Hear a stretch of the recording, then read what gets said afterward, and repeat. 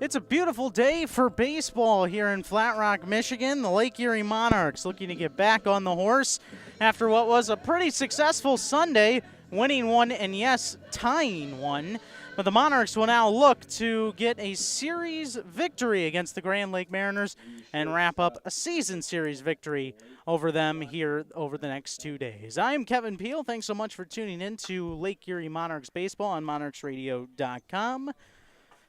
6 games remain entering tonight, starting for the rest of the season, and it will be just 5 after tonight. And we'll see how tonight plays out. Logan Schmidt's first pitch fouled away by Blake Crossing, and we are underway. Just a minute late tonight, 7:06 p.m. here at Flat Rock Field in beautiful Flat Rock, Michigan. Logan Schmidt, the starter for the Monarchs, dealing with shortstop Blake Crossing, and 0-1 is a check swing foul, rolling towards the first base side of the diamond. No balls and 2 strikes.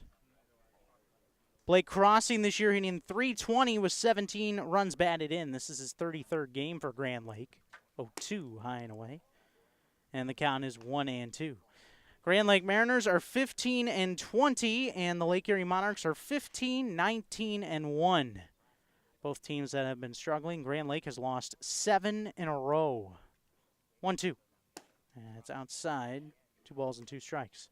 Monarchs have been a bit up and down this year, although they did just technically win the series against the Saginaw Sugar Beets. Even though they tied one, they were able to get one victory. 2-2 is a soft liner poke between short and third. That's going to find grass in the outfield in shallow left field. So a single just pokes its way through. And that's the start of the ball game for the Grand Lake Mariners as Blake Crossing, the speedy Blake Crossing, gets on base right away. I'll bring up Evan Spry, starting first baseman today, hitting .265 with 10 runs batted in. Left-handed batter against the righty Logan Schmidt. First pitch. Fastball bounces into Griffin Mazer for ball 1. Evan Spry appearing in his 32nd game for Grand Lake. Spent a lot of time early in the season as the leadoff man. Checking Blake Crossing over there at first is Schmidt. No play. But Spry moved back in the order to the 2 spot. Recently had done so before the Monarchs visited Salina to play the Mariners for 2. 1-0.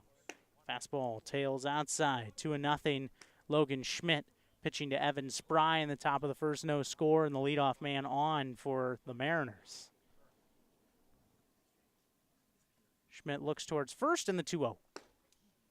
Fastball might have been a bit up. But in any case, it's 3-0 on Evan Spry. Umpires for tonight's game behind home plate, Frank Barquette calling the balls and strikes. Grant Henderson, base umpire. Another throw over to first. Slattery's been busy receiving tosses from Schmidt.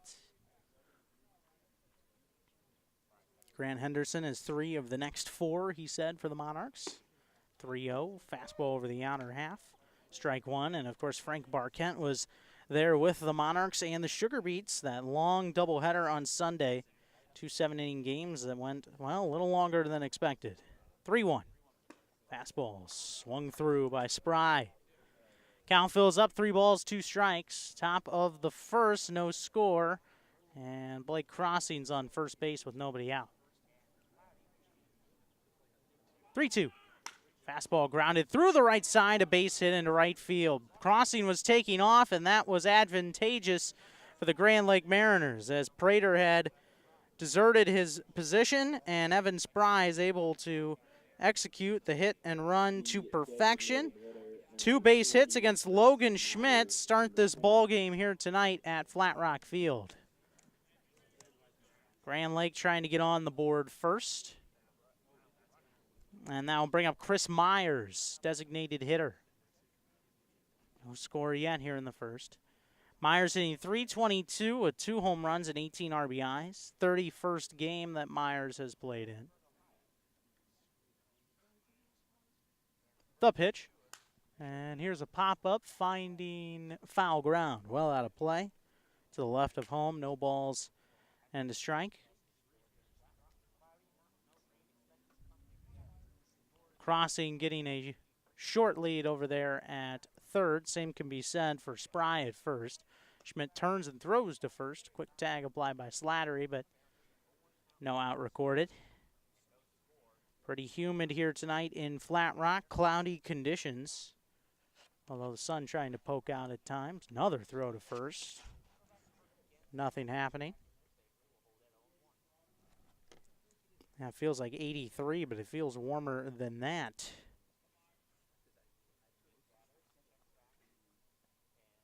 Just a light wind. Logan Schmidt's pitch is low and in. Ball and a strike to Chris Myers. Yeah, west-southwest winds at 5, blowing out to dead center field here this evening.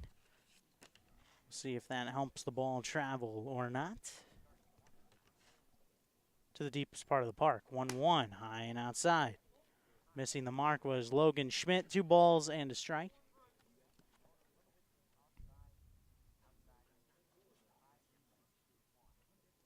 Chris Myers from the University of Toledo. 6'3", 205 pounds. Upcoming freshman from Miamisburg, Ohio. Pitch outside. Another fastball that missed the mark from Logan Schmidt. 3-1. Runners on the corners, no outs here in the top of the first. No score. Schmidt from the stretch delivers. Fastball high, ball 4 to Myers, and the bases are loaded.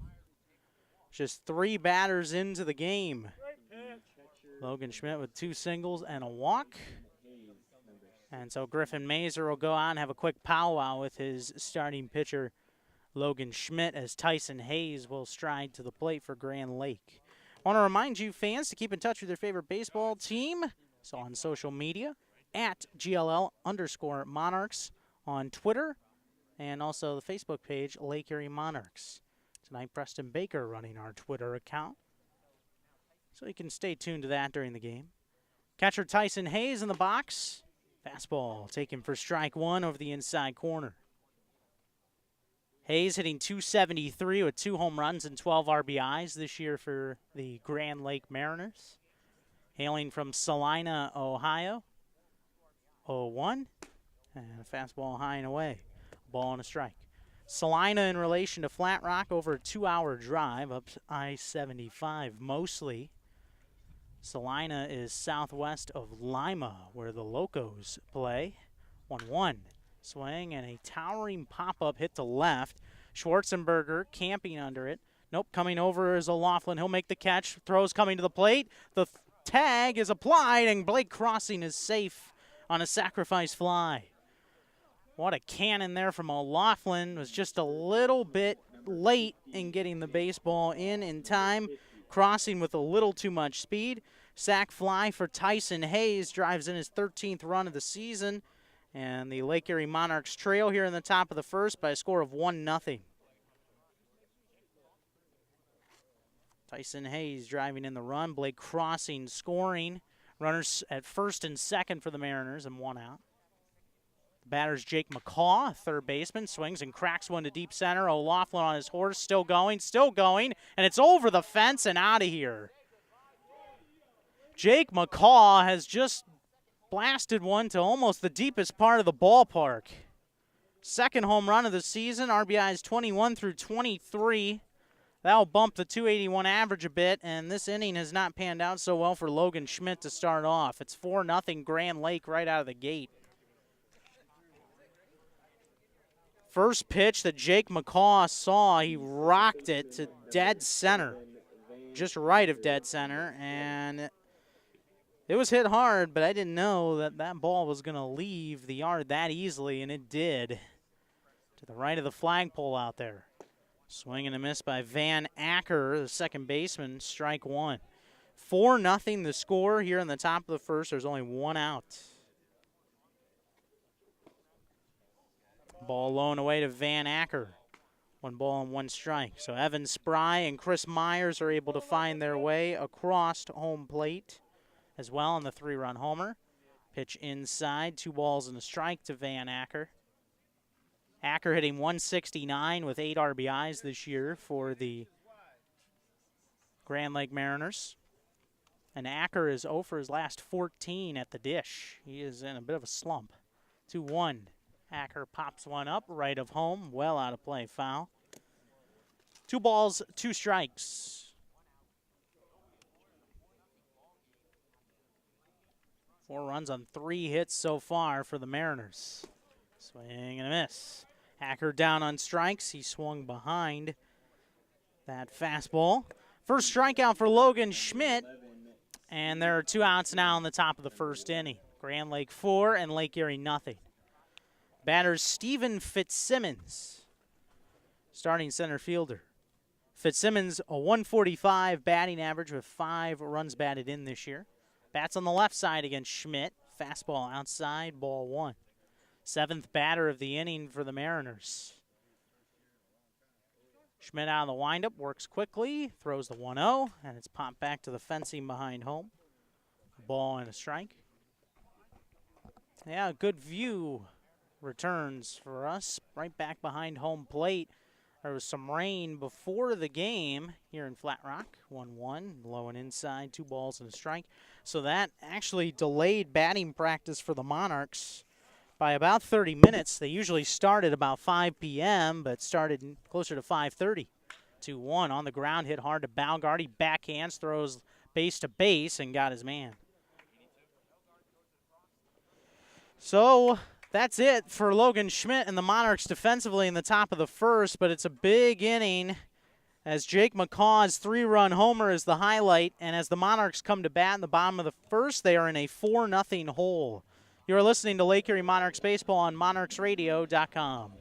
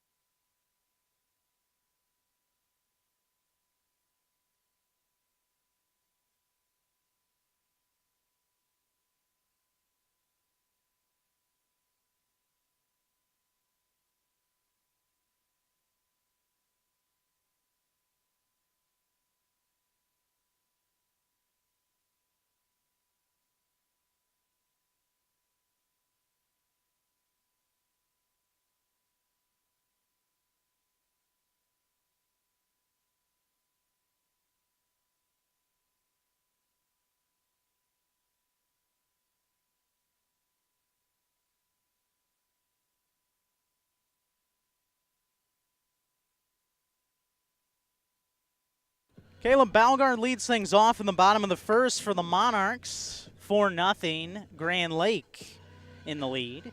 For the second time this year, the Monarchs will oppose lefty Josh Courier out of Valparaiso University.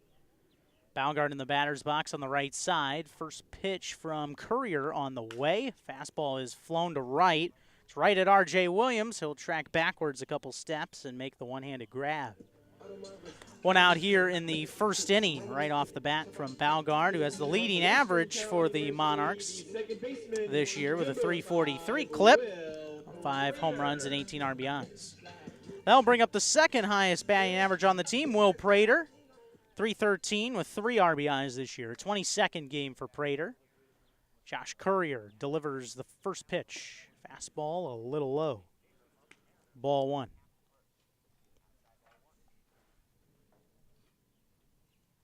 Will Prater getting the start at second base tonight for Lake Erie. Lefty-lefty matchup, 1-0. At the knees, outside corner for strike 1. Alex Lambo also due up in this bottom of the first inning for the Monarchs. He's taking his hacks in the on-deck circle. Courier quickly gets the sign from his catcher Hayes. The break even.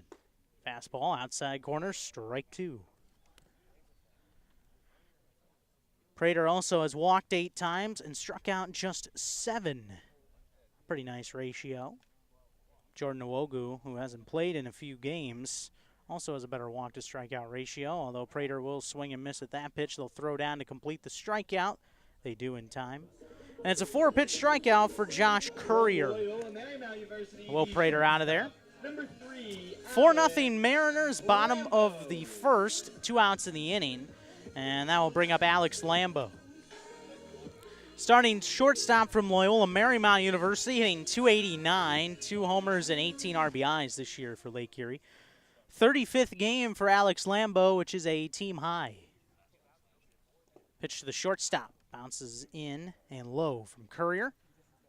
1-0. Defensively for the Grand Lake Mariners today, Riggs, Fitzsimmons, Williams left to right in the outfield. McCaw, Crossing, Acker, Spry left to right on the infield. Courier and Hayes, the battery.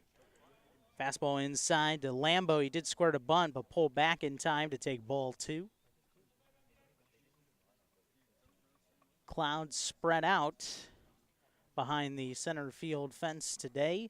That rain that came through was about 4 o'clock, but never put the game in jeopardy whatsoever. 2-0 fastball off the end of the bat will roll towards the first base dugout of the Grand Lake Mariners. 2 balls and a strike on Alex Lambo. 2 outs, base is empty. Bottom half of the first, 4-0 Mariners. Lambo with the slightly open stance on the right side. Waiting on the pitch, which is a 2-1. It's bounced over towards second. Charging Acker, still charging. Fields throws to first and got Lambo by about a step. Good transition from the glove to the hand of Van Acker. He guns down Lambo. It's a 1-2-3 inning for Josh Courier here in the bottom of the first. At the end of 1, Mariners with a 4-0 lead here in Flat Rock. You are listening to Monarchs Baseball on monarchsradio.com.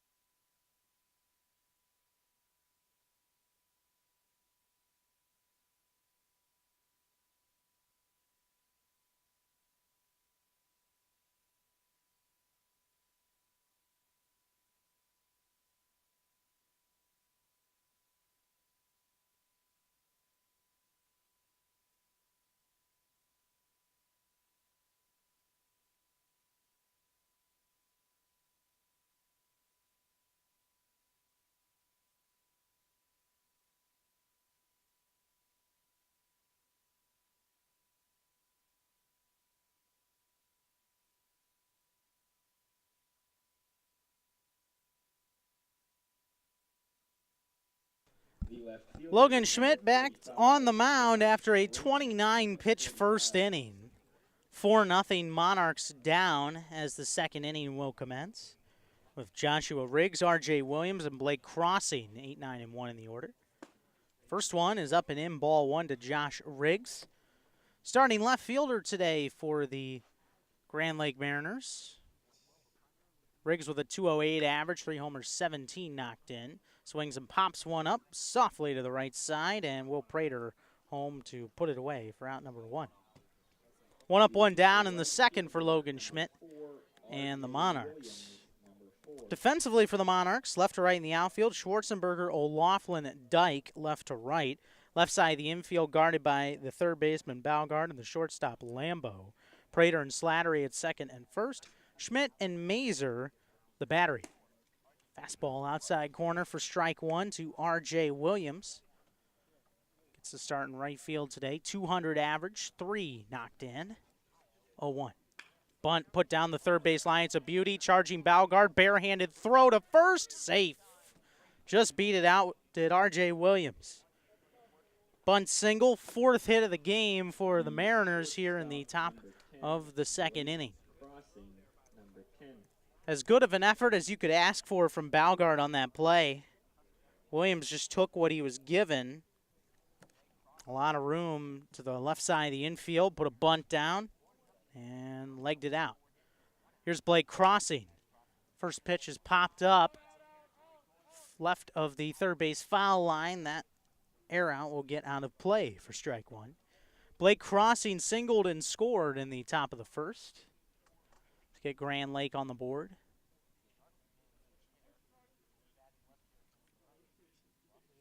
Righty Schmidt, nope, he's not going to deliver. Now throw over to first, and just back safely was R.J. Williams. He was starting to lean towards second base, and Logan Schmidt sensed it. Williams, although, has not attempted to steal many bases, just 2, 3, and he's been caught twice. Another throw over to first to keep Williams honest. Monarchs in the home whites today with the tri-colored caps. White on the front, navy blue on the sides, green on the back with the GL-SCL logo. 0-1. And Crossing puts it on the ground to second. Prater trying to get the lead man and does. That's the only play he will have. Nice backhanded flip to get R.J. Williams and force him out at second. Blake Crossing will replace R.J. Williams at first. 2 outs in the inning. And that'll leave it up to Evan Spry. Evan Spry 1 for 1 with a single and a run scored. 4-zip Mariners, top 2. And a man at first. Crossing gets his lead. Pitch delivered. Fouled away by Spry. No balls and a strike. Monarchs in the white jerseys and pants with navy blue pinstripes. Green stirrups, as per usual. White Sox underneath for Logan Schmidt and Griffin Mazer. 0-1 fastball, finished a little below the zone, and was a touch outside, 1-1. Navy blue stripe and 2 white stripes on those green stirrups for the Monarchs. Across the chest, the Monarchs is in green with navy blue trim. 1-1 is low and outside. 2 balls and a strike on Evan Spry. Green lettering on the back, the 32 for Schmidt with navy blue trim. He also has a navy blue undershirt, does Schmidt. Look towards first, the 2-1. Put on the ground to short. Lambo will go to the bag by himself to force out Blake Crossing. He wins the foot race. Out number 3, 2 fielder's choice grounders hit into will end the top of the second. So the Grand Lake Mariners get a hit, but leave a man, and we head to the bottom of the second inning here in Flat Rock. Monarchs down 4-0. You are listening to Lake Erie Monarchs Baseball.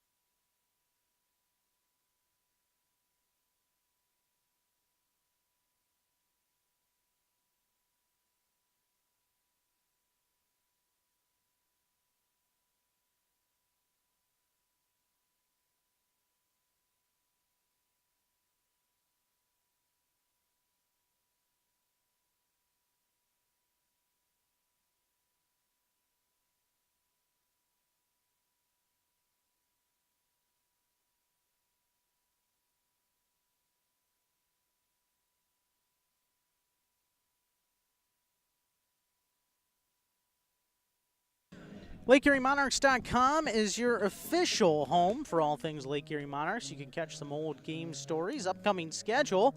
Not much left in it, though. Up-to-date stats, roster, and also, through the multimedia tab, a link to our YouTube page, which has full games and some highlights and interviews. You'll find that over LakeErieMonarchs.com, your official site of the Monarchs. Middle 3 in the order for Lake Erie, bottom half of the second, 4-0 Grand Lake. Josh Courier's first one is a ball, bouncing it into Robert Bell. 1 ball and no strikes. Robert Bell with a .284 average, 3 home runs and 18 runs batted in 2018. 1-0 is outside and low. 2-ball count. Bell appearing in his 31st game. He is a switch hitter from Bethune-Cookman University, and he hails from Palm Coast, Florida. 2-0. Two-seamer stays high, although it was over the outside corner. 3-0. Got a groan or two from the Grand Lake dugout down the first base side. Righty Bell against the lefty Courier. 3-0 under the arms, called a strike. Up in the zone. 3-1. Robert Bell is the designated hitter today for the Monarchs and is on many nights. A solid bat in the middle of the order. 3-1. And it's downstairs, ball 4. Leadoff walk, first base runner against Josh Courier. And it's the first man of the second for the Monarchs. I'll give Andrew Dyke a chance with a man at first and nobody out. 4-0 Grand Lake. Andrew Dyke hitting .271, 3 homers and 12 RBIs.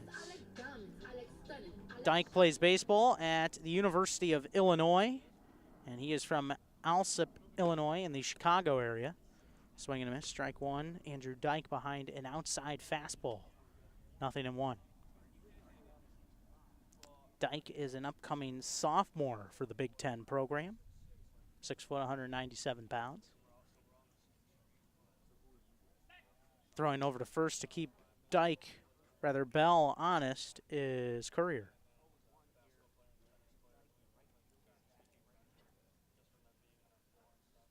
Dyke 19 for 70 this year with 13 runs scored. 0-1. And it floats high and away.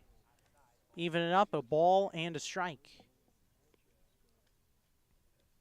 So the Monarchs in the home whites, the Grand Lake Mariners in the traveling uniforms, the gray slacks with a singular blue stripe down the side. 1-1, and it tails off the plate outside, 2-1. Grand Lake has blue jerseys with neon, not really neon green, but a brighter green. Mariners in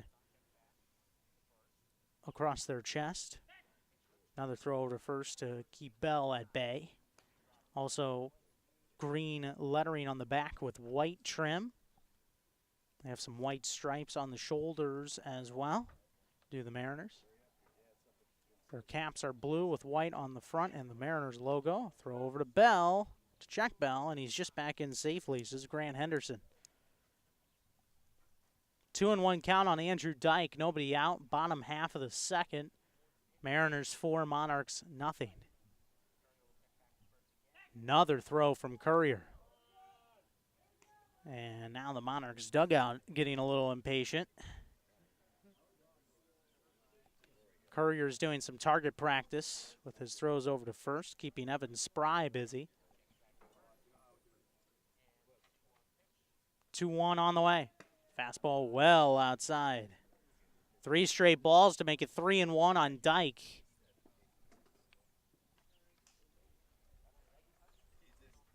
Flag still blowing gently out behind the center field fence, behind the 375 side. 3-1 fastball outside, ball 4, and Josh Courier has walked the first 2 men in the bottom of the second. To put Bell at second and Dyke on first. Good start for the Monarchs in the second, trying to erase a 4-0 deficit. Here's Casey O'Laughlin, the Northwestern Wildcat, sporting a .261 batting average, has 1 long ball and 10 runs batted in. Lefty-lefty matchup against the southpaw Courier, who deals a heater low. Ball 1. Casey O'Laughlin from Glen Ellen, Illinois, upcoming sophomore, 6'1", 210. Open stance on the left side. The pitch. And a heater. It comes in knee-high, outer half. Even up the count, a ball and a strike.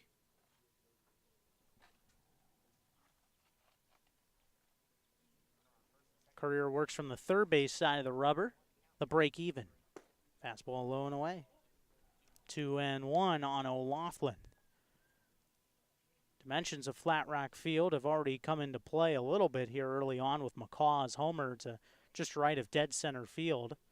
375 to dead center, 315 down the right field line, 325 left field line. Ground ball hit over to first. Trying to turn a double play is Spry. He throws to second and airmails it into left field. That's going to allow Robert Bell to come in and score and the Monarchs will capitalize on a throwing error from Evan Spry to make it 4-1 here in the bottom of the second.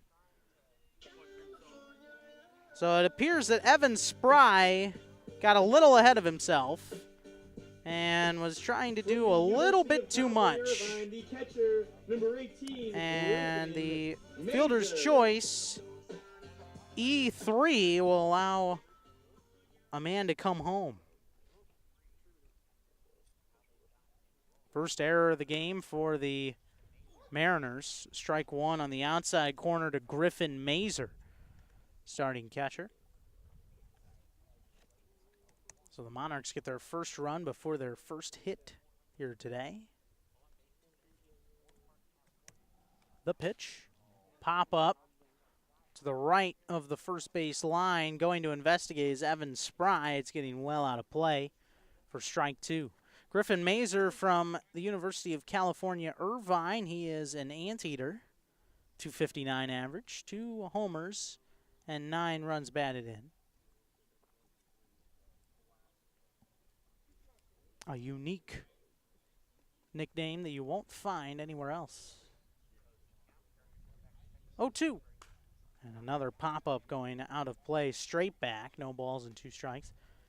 I've heard some broadcasters before would not say anteater because they didn't want to. I'm thinking to myself, well, that's intriguing. Why not? If it's what makes UC Irvine unique, big part of their identity, why not? 0-2, and rung him up on the inside corner with a slider, strike 3. Josh Courier will pick up his second K of the game. First out here in the bottom of the second. Mazer was less than impressed after that pitch was called, strike 3. Runners still at first and second. It's O'Laughlin at first and Dyke at second. And the batter is Casey Slattery, starting first baseman today for the Monarchs. And the first one, lone outside with a slider, ball 1. Slattery hitting 103 with 4 RBIs. 30th game he has appeared in this year for the Monarchs. He is from California as well, California, Berkeley. He's a Golden Bear. Redshirted his first season with the California baseball program. 1-0 from Courier. High, ball 2 above the belt.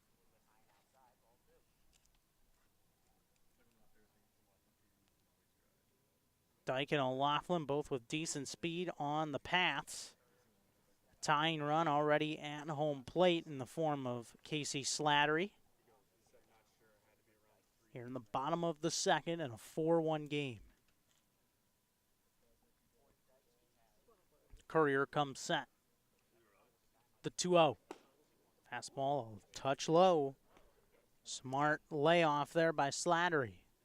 3 balls and no strikes. Casey taking a look down towards the third base side where Brad Merritt, first-year pitching coach and also first-year third base coach, took over in the middle of the season. He's down there giving the signs. 3-0. And down low, ball 4. Third walk of the inning for Josh Courier. He has had his struggles in this frame. Dyke up to third, O'Laughlin at second, and Casey Slattery, the tying run, is at first. I'll bring up Casey Slattery. Mariners 4, Monarchs 1, home half of the second. Zach Schwarzenberger will bat from the right side. He is a switch hitter from the University of Toledo against the lefty Courier, swinging a ground ball hit towards second, and it's bobbled by crossing. It's going into center field. Dyke will score. Coming home to score behind him is O'Laughlin, and the Monarchs will get a couple more via another miscue from the Grand Lake Mariners. 4-3 game now here in the bottom of the second. That was a grounder that could have been a tailor-made double play, but just ate him up. And that will be an E6.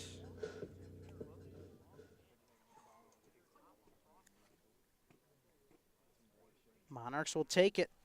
Miscues have gotten them right back in this game. Slattery up to second with Schwarzenberger at first. Ball 1 outside to Balgard. 0 for 1 with a fly out is Caleb today from Indiana University.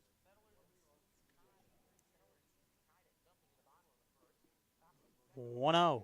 Balgard swings and will lift one out of play, foul over the first base dugout on the Mariners. 1 ball, 1 strike. Monarchs have 3 runs on the board before their first hit of the contest here today. But if you're looking for wins, you'll take them any way you can get them. Monarchs trying to erase that early 4-0 deficit. 1-1 off the end of the bat, grounded back to the screen. 1 ball and 1 strike on, rather 1 ball and 2 strikes on Caleb Balgard.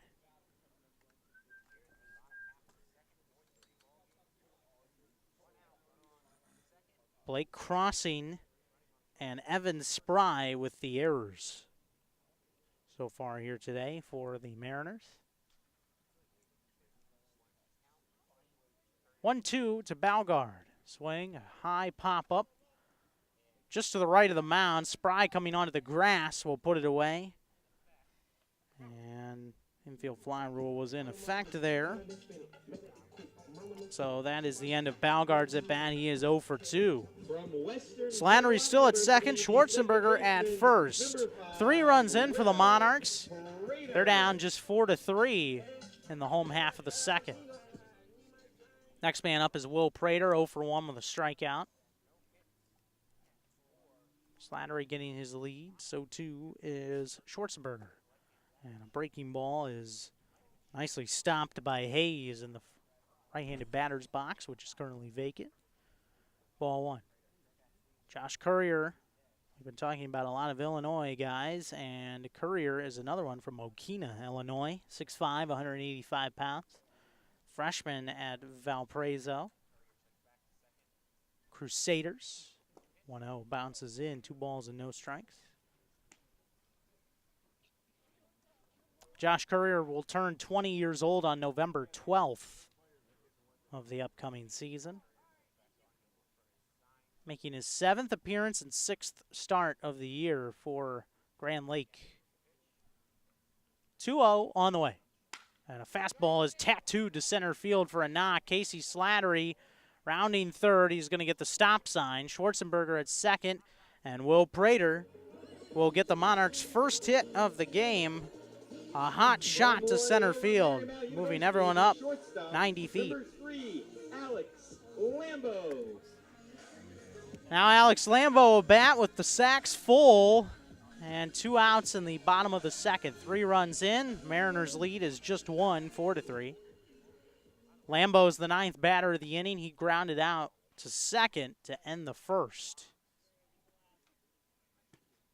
Lambo resting the bat on the right shoulder. Now lifts it as the pitch comes home. A slider inside, ball 1. Brad Merritt, the third base coach. Dale Gray, longtime Michigan Monarchs skipper, and also the past 2 seasons the skipper of the Irish Hills Leprechauns. First in franchise history as the first base coach. 1-0, just missed the inside corner. 2 balls and no strikes. Dale Gray and Bradley Merritt had quite a time over the All-Star break last week. Monarchs did not play Monday through Wednesday. Fly fishing, golfing. It sounds pretty fun. 2-0 is up and in, but a strike to Lambo. 2-1.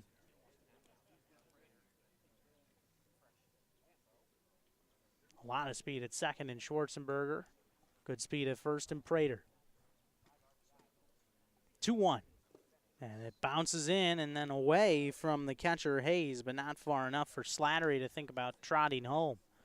Courier has nowhere to put Alex Lambo. 3-1 count. 2 outs. 3 runs in. And the Mariners have the 1-run lead, 4-3. Can Lambo drive in another? The pitch.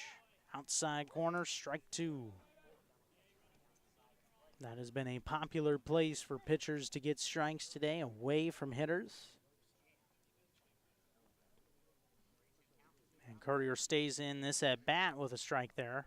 Runners will take off. Lambo with a soft number down the third base line that will go just foul. And there will be a 7th pitch of the at bat. This is all coming after a very quick bottom of the first for Josh Courier, in which he only threw 9 pitches. But he is now starting to get up there.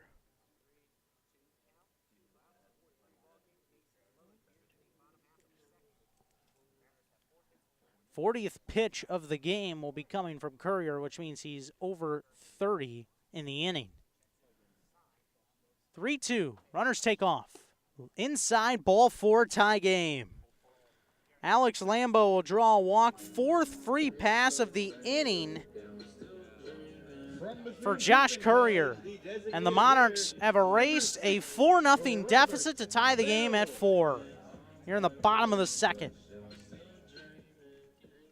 Lambo will pick up RBI number 19 in the process. Slattery scored. Schwarzenberger to third. Prater to second. Pitch to Bell. Strike 1. Robert Bell is batting for the second time this inning. He walked and scored on the throwing error by Evan Spry.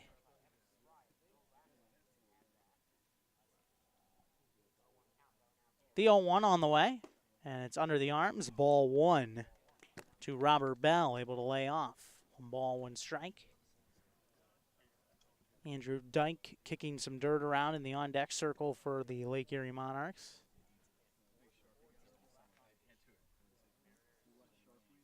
The 1-1. Big cut from Bell, but comes up empty. 1 ball and 2 strikes. Not a lot of rain projected to be in the forecast through the next 4 days. Monarchs playing 5 of their last 6 ball games here at Flat Rock Field. 1-2, a fly ball towards left center. Riggs coming in will put it away for out number 3. And that's it, and that's all. But the Monarchs do bat around. They send 10 to the plate. They score 4 runs on 1 hit, capitalizing on 2 errors and leave them loaded. To the third, brand new ball game tied at 4. You're listening to Lake Erie Monarchs Baseball on monarchsradio.com.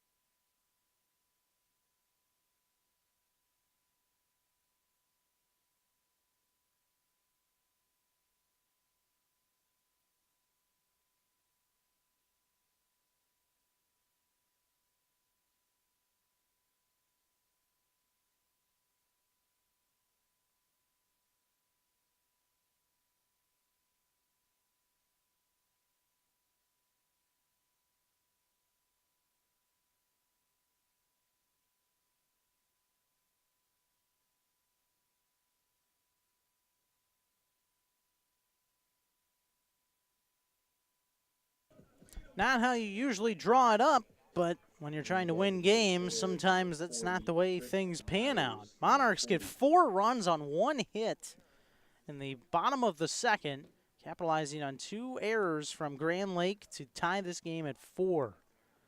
First pitch from Logan Schmidt, a curveball at the knees, strike 1 to Chris Myers. Myers walked and scored on the McCaw homer back in the first. 0-1.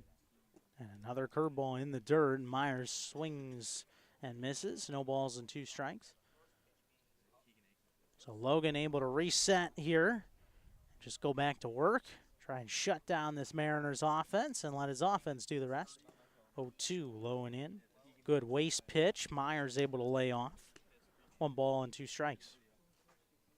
Logan Schmidt in his 7th game of the season, making his 5th start. 1-2, a tapper towards first. Slattery waiting on it. It gets between his legs and down the first base line. Just couldn't quite stop it. He pulled up a little too early, and that will be an error on Casey Slattery, although I don't know if he touched it. And that was a play that needs to be made. And the Monarchs will have their first error of the game. The leadoff man is on here in the top of the third. Soft grounder that just got through the wickets. Pitch at the inside corner. Strike one to Tyson Hayes, who has a sac fly already today to bring home the first run of the game. 0-1. Low and outside. A ball and a strike. Monarchs have been up and down all season, but it's Grand Lake that's in a complete tailspin right now. 1-1 runner takes off. It's a line drive missile, foul down the third base line, heading quickly into the grandstands down there. Crowd still filing in here tonight to Flat Rock Field on a great night for baseball. A ball and 2 strikes.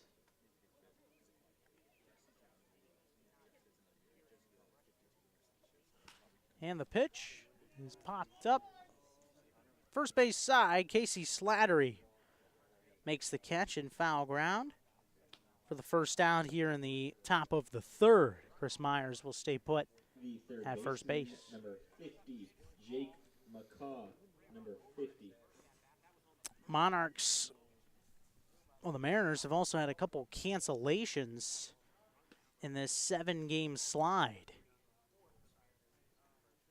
So believe it or not, the last victory for Grand Lake was the 14-3 win they had over the Monarchs at home back on July 11th.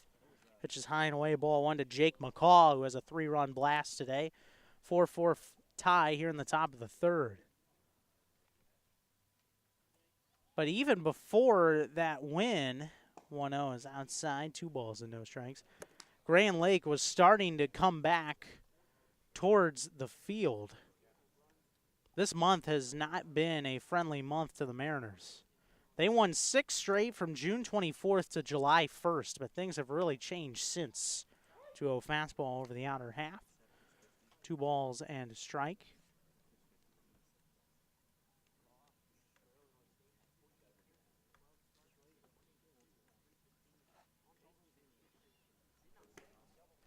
And fastball outside. 3 balls and a strike on Jake McCaw. The Grand Lake Mariners have played 16 games here in the month, well, 17 games, but we're going back to July 2nd when the slide began. 3-1 fastball swung through by McCaw. He wanted another home run. 3 balls and 2 strikes. The Mariners, since July 2nd, are 3-11, and they've lost 7 straight coming into this game. 3-2, check swing on a ball in the dirt. McCaw, did he go? No, he didn't, and it will be ball 4. As Grant Henderson was able to say that McCaw held up, so there's a walk. Myers to second, McCaw to first. 1 out in the third and a 4-4 tie. This was a Grand Lake team that was competing with the top of the division. Lima's been there since the get-go. St. Clair's been pretty consistent, but Grand Lake was up there until after July 2nd. Bounding ball into Van Acker for ball 1. Acker with a strikeout here today. 1 out in the third. 2 runners on, a 4-4 tie. Grand Lake trying to re-seize the lead.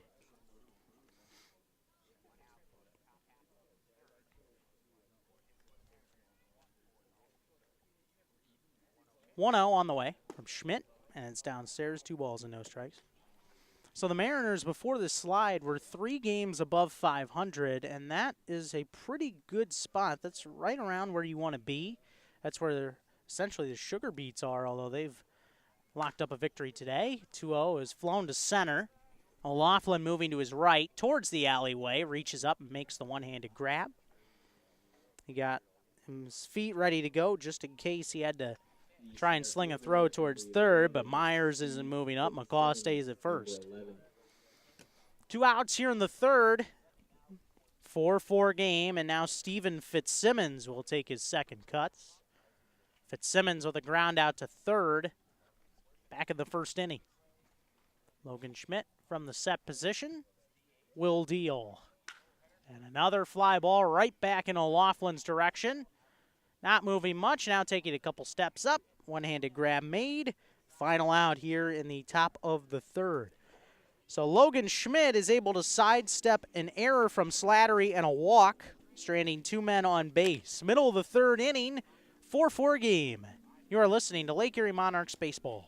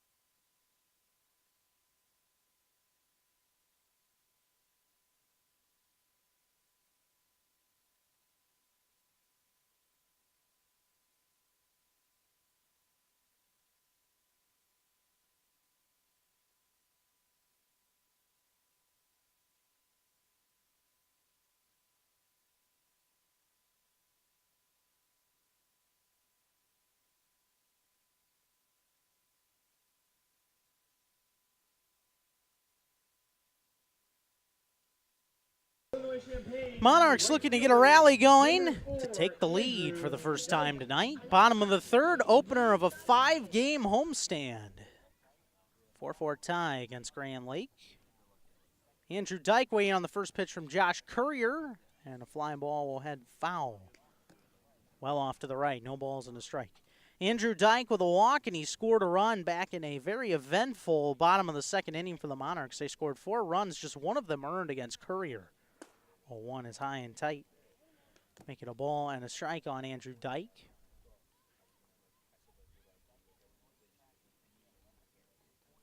Two D1 guys going at it, and Courier and Dyke, 1-1. As a line drive up through the middle, a base hit into center field. Monarchs get their second hit of the game, a leadoff single from Andrew Dyke in the third. Trying to break this 4-4 tie.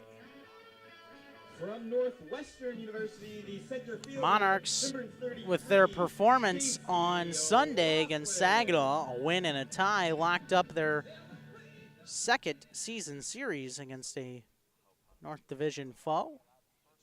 The pitch. O'Loughlin will sky one. Third base side into foul ground. Chasing it is McCaw, and he'll make a backhanded grab with his back to the infield. 1 out on 1 pitch here in the bottom of the third. Andrew Dyke will scamper back to first. I'll give Griffin Mazer an opportunity to bat. Mazer 0 for 1 was rung up in the second. O'Loughlin frustrated with himself after that quick out. And a breaking ball misses below the zone, ball 1. Valparaiso, Indiana, about 30 miles from the Illinois border, about 15 miles east of Gary, Indiana, and obviously not too far away from Chicago, within an hour. 1-0 fastball is outside, 2 balls and no strikes. Josh Courier's record, 1-3, his ERA, 5.06. Making his 6th start. 26 2/3 innings, 23 strikeouts, 12 walks, 37 hits.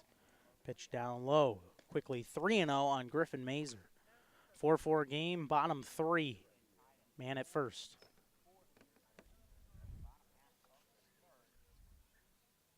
The last appearance for Courier was his first one out of the pen. Pitch down, ball 4.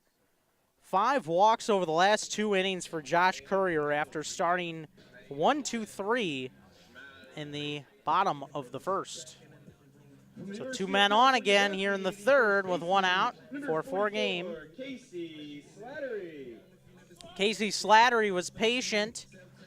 Back in the second inning, drew a walk and would later score in the inning. Courier with a look towards second, and his pitch, fastball, a two-seamer. That's over the heart and at the knees. No balls and a strike.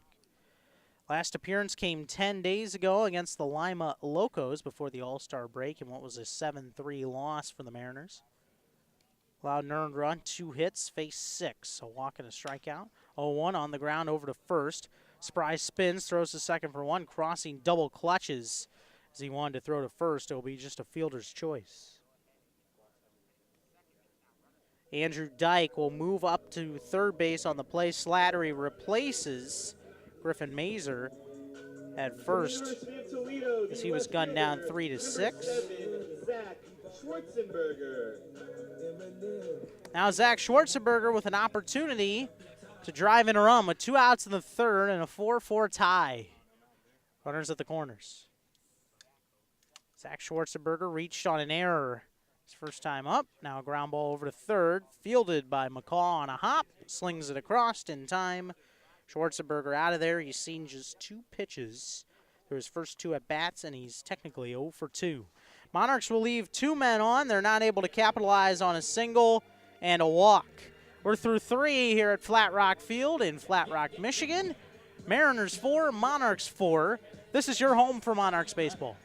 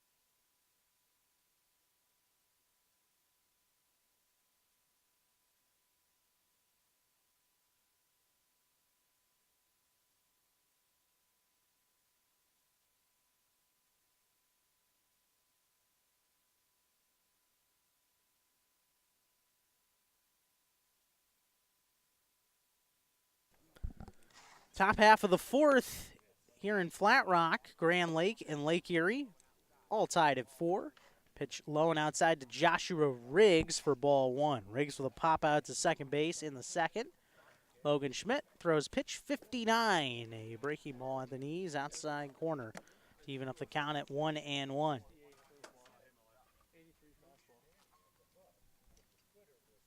Schmidt's 1-1. And a fastball just misses. 2 balls and a strike. Logan Schmidt throws his curveball in the lower to mid 60s and that fastball in the lower 80s. And pitch is low and inside 3-1. That was at 83 miles an hour.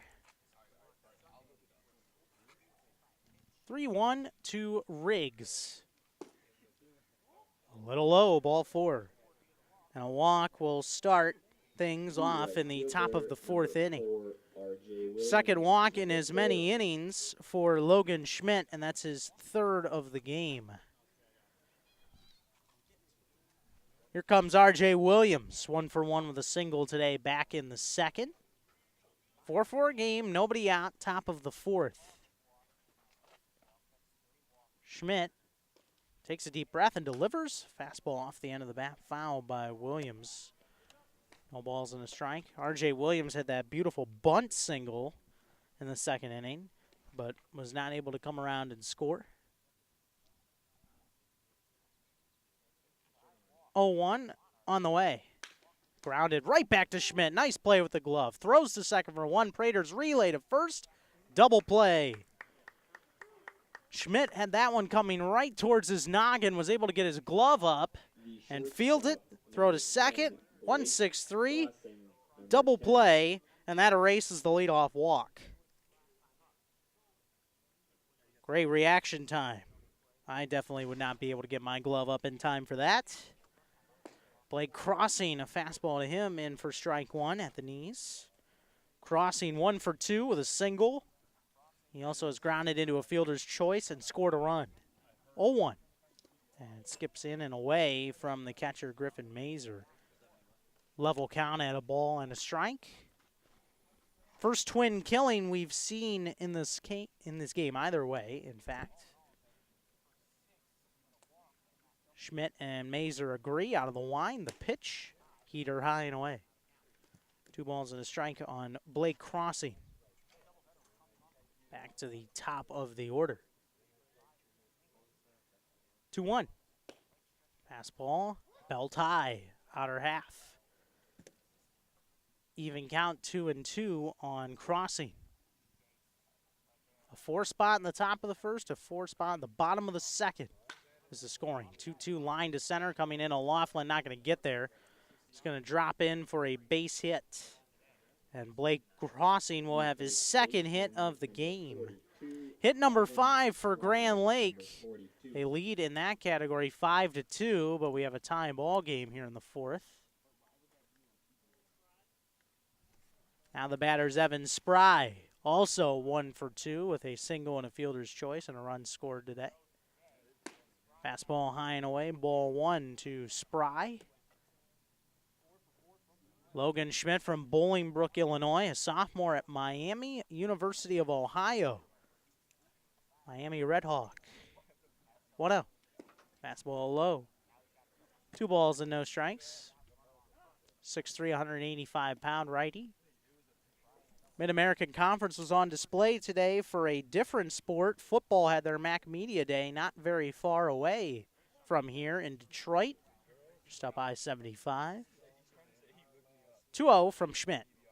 Fastball, nope, over the outside, nope, corner. Looked to be outside, but it is a strike to Spry. First one of the at-bat. 2 outs in the fourth, tied at 4.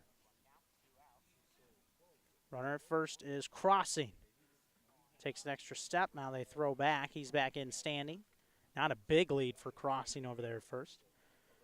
Ohio University was predicted to win the Mid-American Conference on the gridiron this year.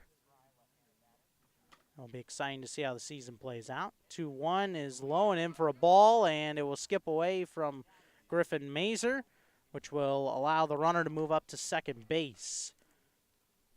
And we'll get a reading on that to see if it was ruled a wild pitch or a pass ball. It was just above the dirt. Well, regardless, 3-1 count and a man in scoring position. Now Spry will lift one to center. Casey O'Laughlin moving over into the alleyway to put it away for out number 3. And that is all in the top of the fourth. The pass ball does not come back to hurt the Lake Erie Monarchs at all. So a walk and a single wasted by the Mariners in their half of the fourth. 4-4 game, bottom of the fourth coming up next. You are listening to Lake Erie Monarchs Baseball on monarchsradio.com.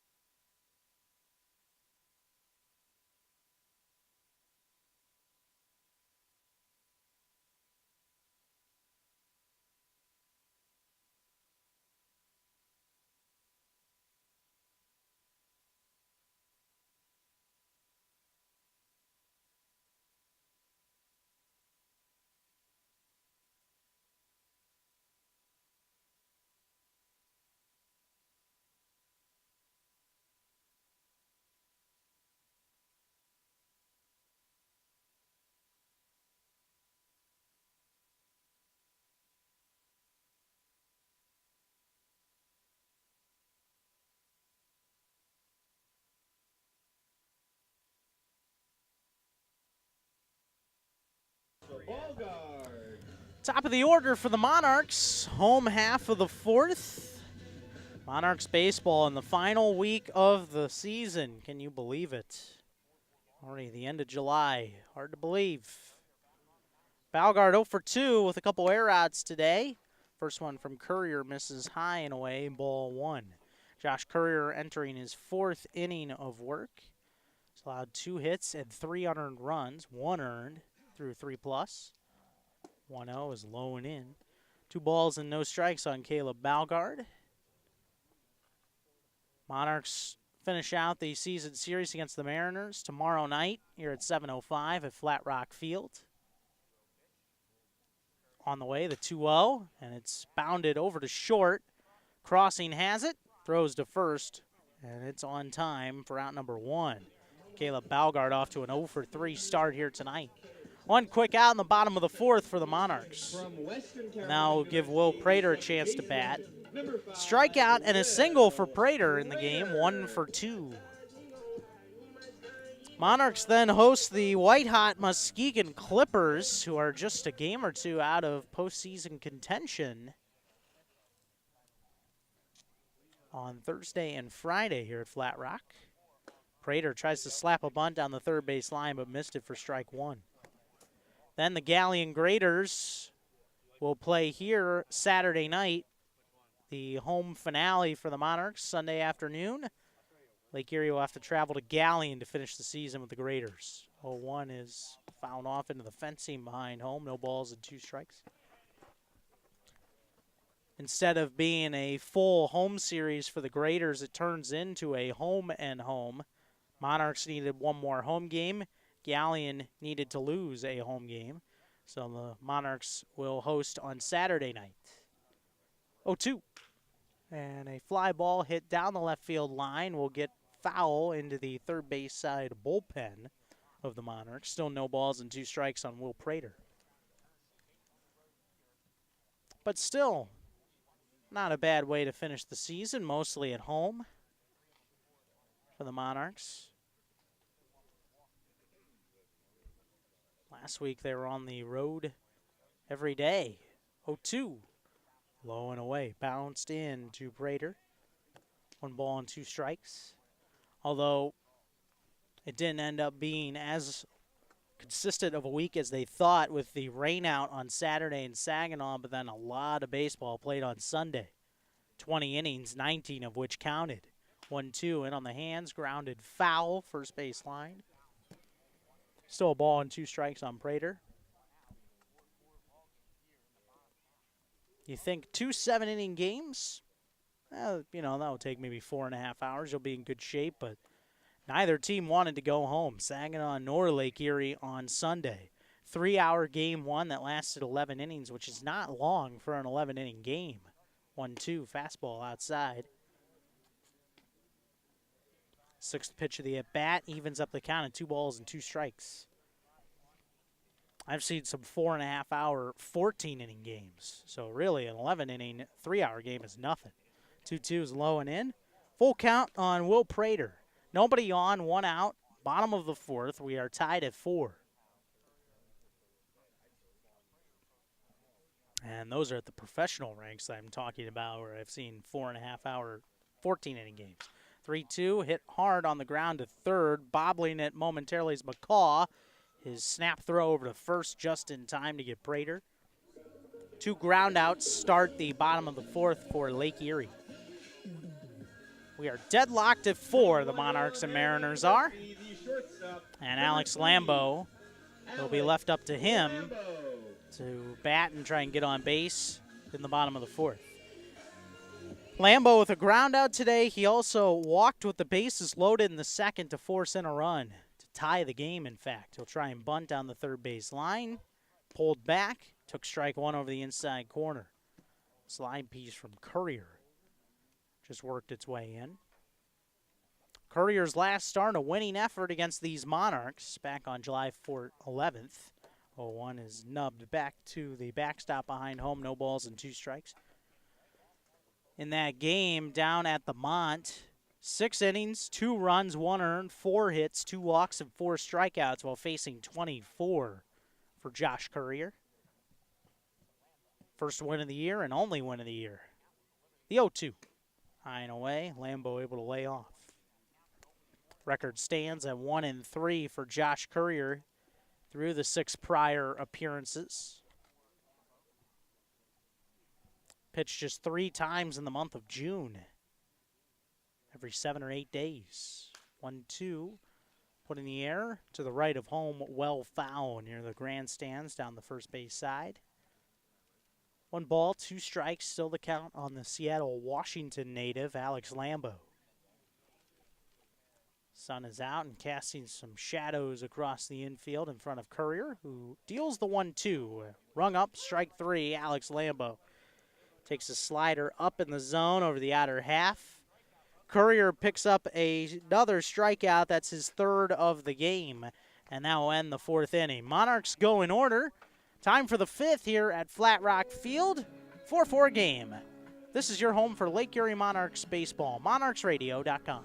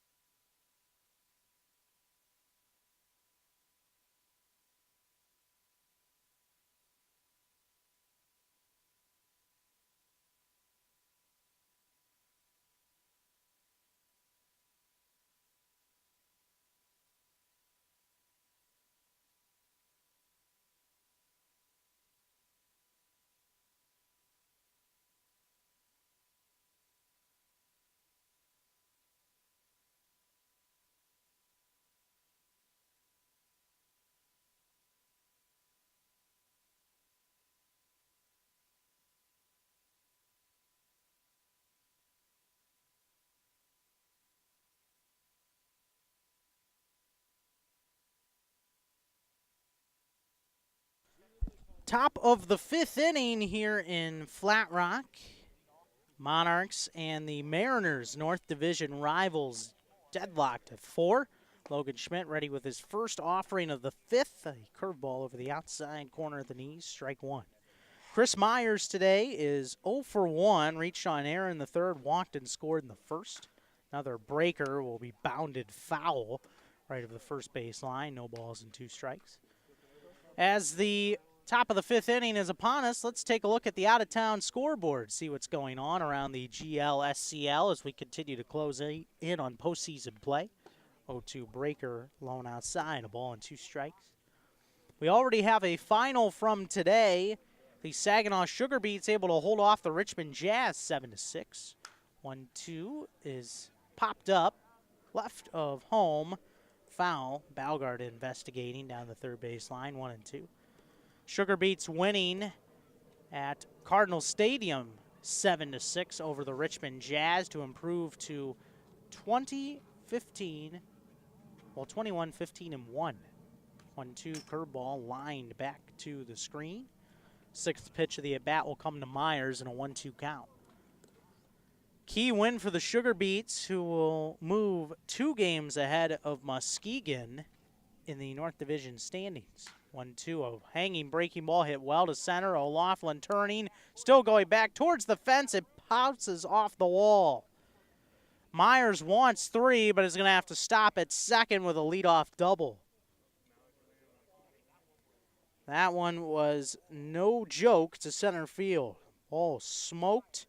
Second time that we have seen a ball to dead center field leave the yard or almost leave the yard, and that one was close, about halfway up the fence. 6th hit of the game for the Grand Lake Mariners, who are tied with the Monarchs here in the 5th at 4. Trying to break that tie, though, are the Mariners. Here's Tyson Hayes. Hayes, a ground ball right to 3rd, stopped by Balgard. Struggles for a moment, but fields and throws to Slattery for out number 1. Good job at the hot corner by Balgard, fielding his position. The 3rd baseman, big first out for Logan Schmidt, who has just gone over the 80-pitch plateau. Jake McCaw will take his third plate appearance now. 3-run homer and a walk for the 5-hole hitter. Pitch to him. Fastball high and away, ball 1. So a big win for Saginaw, who has a very big series later this week with the Lima Locos and ending the year at St. Clair. How about that for an end to your campaign? 1-0, runner takes off. It's a strike over the outside corner. Throw down the third. The tag, he's out. Caught stealing is Chris Myers. Trying to get third base. Nice tag from Balgard. A missile of a throw from Griffin Mazer. And Myers is cut down. 2-0 count on Jake McCaw. It was not a strike. 2-5 put out on the stolen base attempt, which was unsuccessful. 2-0's low and inside. 3-0 now to Jake McCaw.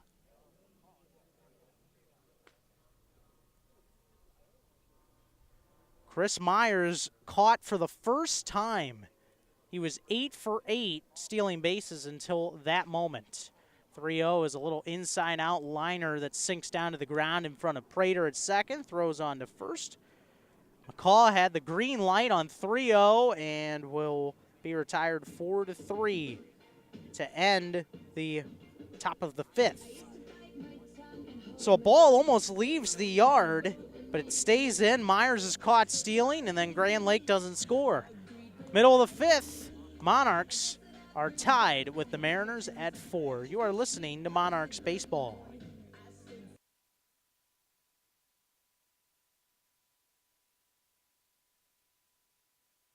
In between innings, we will keep it going with the out-of-town scoreboard and get you updated. You know, we were talking about the Muskegon Clippers. They are a white-hot ball club right now, and they are leading the Lima Locos 7-1 at home. That game in the top of the 5th, so they're trying to help themselves out, along with the Green Giants, who are just a half game back in the north, and the Saginaw Sugar Beets, who are currently 2 back. Top of the 4th in Cincinnati, Licking County Settlers in the basement of the South, but they lead the division-leading Steam 4-zip. Southern Ohio Copperheads in front of the Galleon Graders in the bottom of the 4th, 3-1. That could potentially be the 3-2 game in the South. Galleon is 6.5 back of Southern Ohio and a game and a half clear of Hamilton right now. Also, the Green Giants in front of the Leprechauns north of the border, 7-2 in the bottom of the 4th. And the Hamilton Joes lead the Xenia Scouts in Xenia 5-3. That's your look at the out-of-town scoreboard. From the Thune-Cookman College, the designated hitter, number 6, Robert. Bottom half of the 5th ready to begin here in Flat Rock. Robert Bell striding to the plate in a 4-4 game. Josh Courier still working into the 5th. Fastball low and away, ball 1. Just got his second 1-2-3 inning against the Monarchs in the bottom of the 4th. 1-0 to the right-handed hitting Bell. Almost hit him inside. Had to back away. 2 balls and no strikes. Still no 1-2-3 innings today for Logan Schmidt. The top half of the 5th was the first time that he had faced the minimum in an inning. Pitch to Bell. Low and away. 3 balls, no strikes to Bell. Dyke and O'Loughlin will follow in this 5th inning. We've only seen runs in 2 half innings in this game. 3-0. Fastball at the knees, outer half. Even up the count, 3-1. No, make it 3-1 on Bell. Bell with a walk and a fly out. Both came back in the 2nd inning and scored a run. 3-1, a chopper to the left of the third base line. Evens up the count, 3-2 on Bell. Lights have just come on here in Flat Rock. Not coming into effect just yet, as we are still before 8:30 in the Eastern Time Zone. 3-2. Bell able to draw a walk. Ball 4 just off the inside corner, under the arms. Another free pass given out by Josh Courier. He has allowed too many of those today. That has allowed the Monarchs to get back into this game.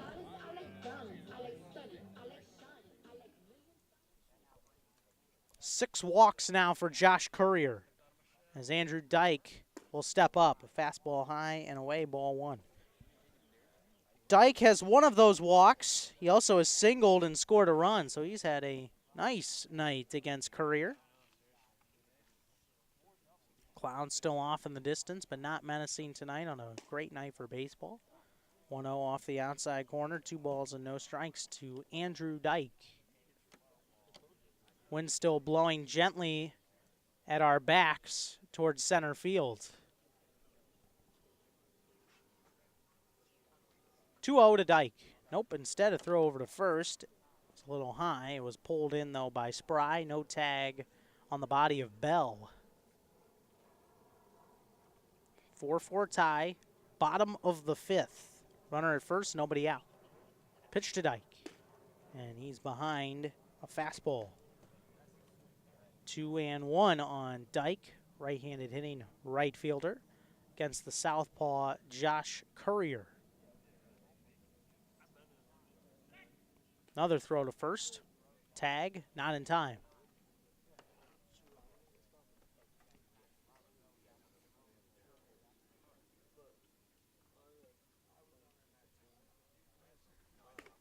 The pitch to Dyke is outside.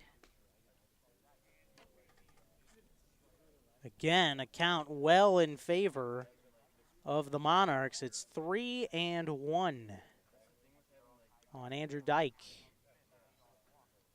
That pitch is on the way, and it's outside, ball 4. 2 walks in the inning, 7 in the game now for Josh Courier. A man is up and warming down the first base side for the Mariners. And now we're going to see the pitching coach come out, have a quick word.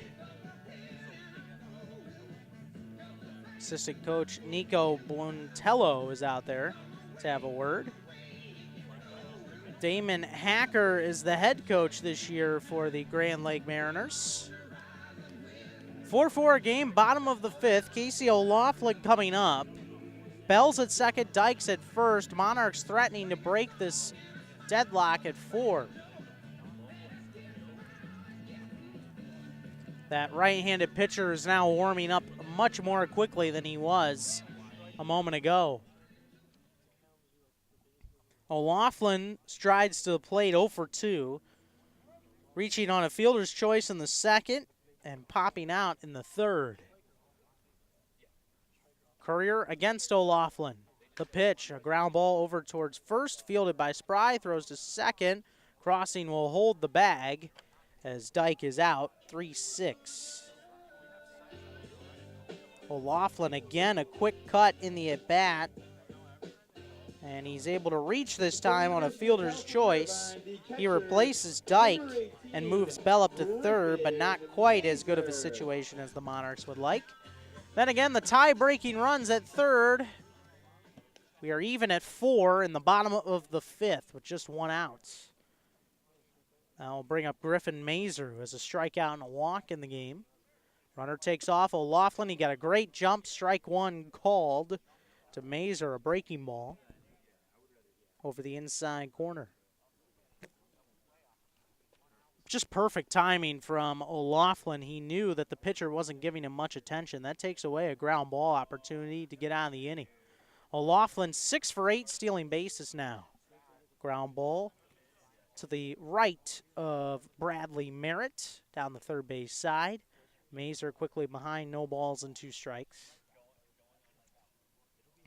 Number 7 hitter in the order.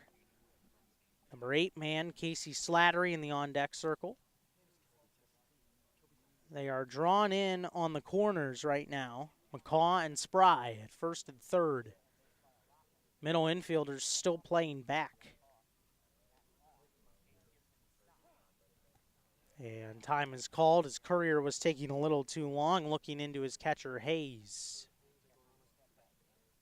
Mariners look to be content to give up the go-ahead run if a ground ball is hit anywhere between short and second base. 0-2, a pop-up down the first baseline. Spry appears to be having issues tracking it, although it goes into the bullpen down the first base side. 0-2 on Griffin Mazer. Still the count. Home plate umpire Frank Barquette asking for 3 baseballs to be given to him. He's running a little low. Mazer in on the right side, dealing with the lefty Courier. Here's the 0-2. And a little tapper hit towards second.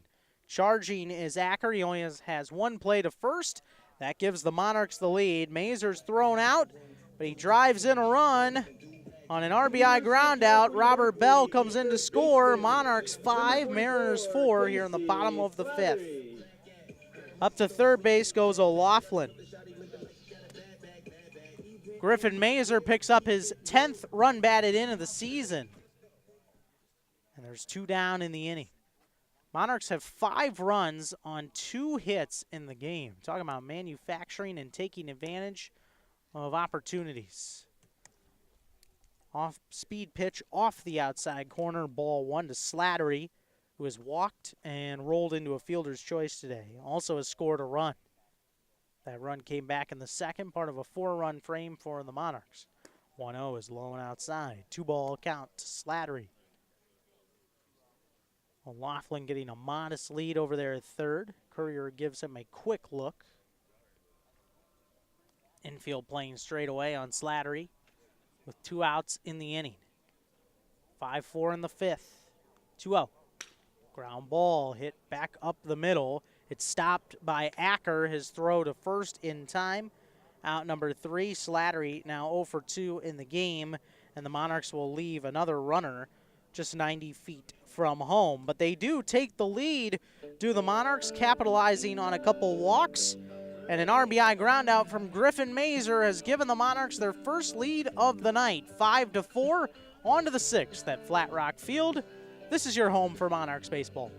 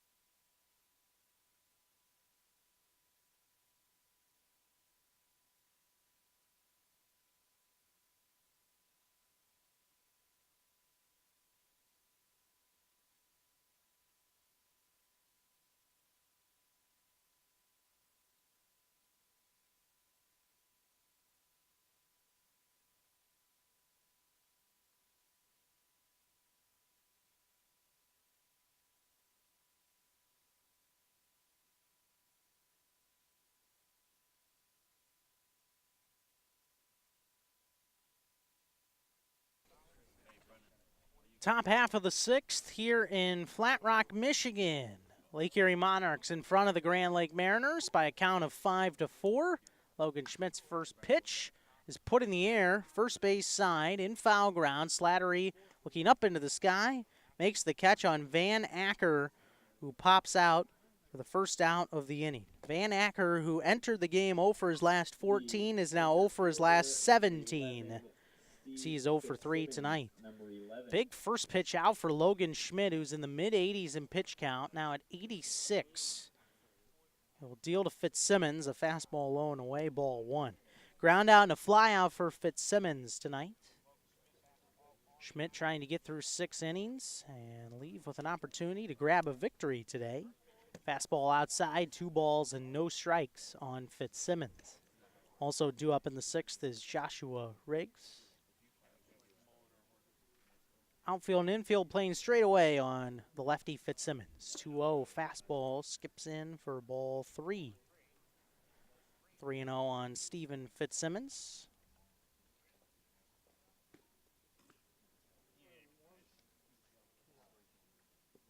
Fitzsimmons from Valparaiso as well, a junior from Golden Valley, Minnesota. Fastball over the inner half. A get-over strike one pitch for Logan Schmidt. 6 foot, 185 pounds. An upcoming junior Crusader. 3-1, low and in, ball 4.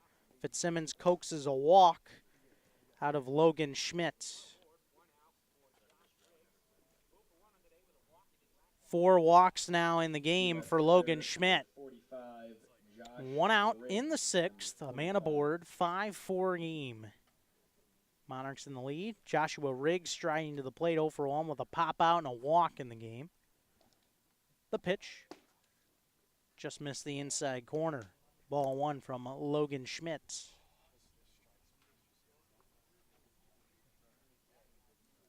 From the stretch, throw over to first. Quick tag applied, and the man is safe. Steven Fitzsimmons. Fitzsimmons, a bit of a base-stealing threat. 6 for 7 this year when trying to swipe a base. 1-0, a high, towering fly ball hit the left. Schwarzenberger coming towards the line, still coming, now coming in, can't quite make the sliding catch. He had to run a mile from left field where he was stationed in front of the scoreboard. Ball held up for quite some time, but he was just a few inches away from making a catch. 1-1 count now on Joshua Riggs as a man is up and warming, a lefty down the third baseline. Appears to be Alex Tice, all-star pitcher for the Monarchs. 1-1, Riggs will put one in the air, foul to the right of home this time into diamond number 2. Ball and 2 strikes. Monarchs 5, Mariners 4 in the 6th. Schmidt dealing with a man at first. That's Steven Fitzsimmons, who has a modest lead. Now he takes off, swing and a miss. Griffin Mazer was interfered with, and that will be an automatic out on Steven Fitzsimmons. Joshua Riggs stepped in front of Mazer while he was trying to throw down to catch Fitzsimmons stealing. That's an automatic out. A double play ends the top of the 6th, and Logan Schmidt gets through 6 innings. Monarchs in front 5-4, middle of the 6th on monarchsradio.com.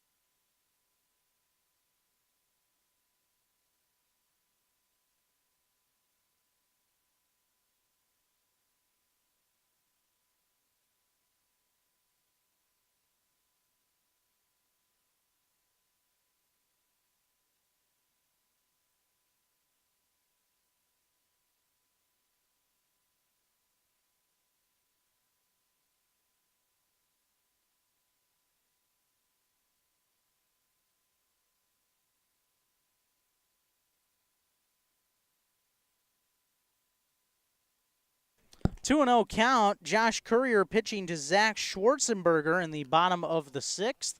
Monarchs 5-4 leaders in the ball game. Kevin Peel here with you tonight. Thanks so much for tuning in. Fastball is away. Ball 3 to Schwarzenberger, who was reached on air and grounded out. Top of the 6th inning, ending with a strikeout and a catcher's interference. Pitch outside, ball 4. To Zach Schwarzenberger, who draws a 4-pitch walk, not what the Mariners envisioned as their start to the bottom of the 6th. They were trying to get a little more out of Courier, and instead that's his 8th walk. Head coach going to come out now for Grand Lake, that being Damon Hacker, and it looks like he will pull the plug. That was just pitch number 100 for Josh Courier. He gives up the baseball right away, starts to take a step or two off the mound. So Grand Lake will make the pitching change in the bottom of the 6th. Going 5+ innings tonight is Josh Courier, but he's in line for the loss. Man on for the Monarchs to lead off the 6th. Caleb Balgard coming to the plate. We'll talk about the new pitcher next. You are listening to Monarchs Baseball.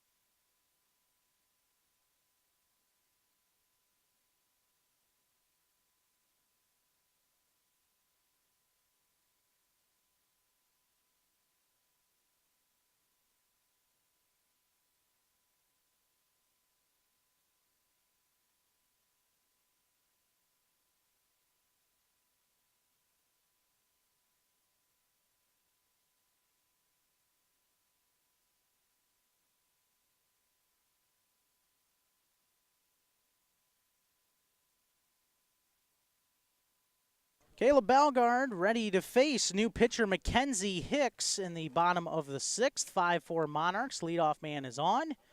And the fastball is low. Ball 1 to Balgard, who's had a rough day. 0-for-3 with 2 pop-outs and a strikeout.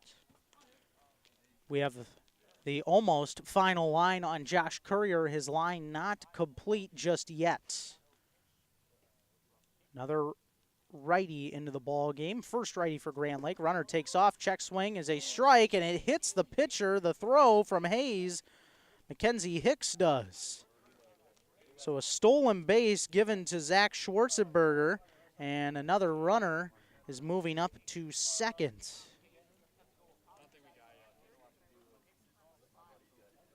Stolen base given to Zach Schwarzenberger, which is his 10th of the season, a team high. He is 10 for 11 this year. That leadoff man moves up to second. Josh Courier threw 100 pitches tonight in 5+ innings, faced 27, 3 full trips through the Monarchs order. 1-1 count on Caleb Balgard with nobody out. Mackenzie Hicks delivers. Slider for a strike over the outside corner. 1-2 to Balgard. 8 walks for Courier. Ouch. 3 strikeouts. Allowed 2 hits. 5 runs, 2 earned in 5+.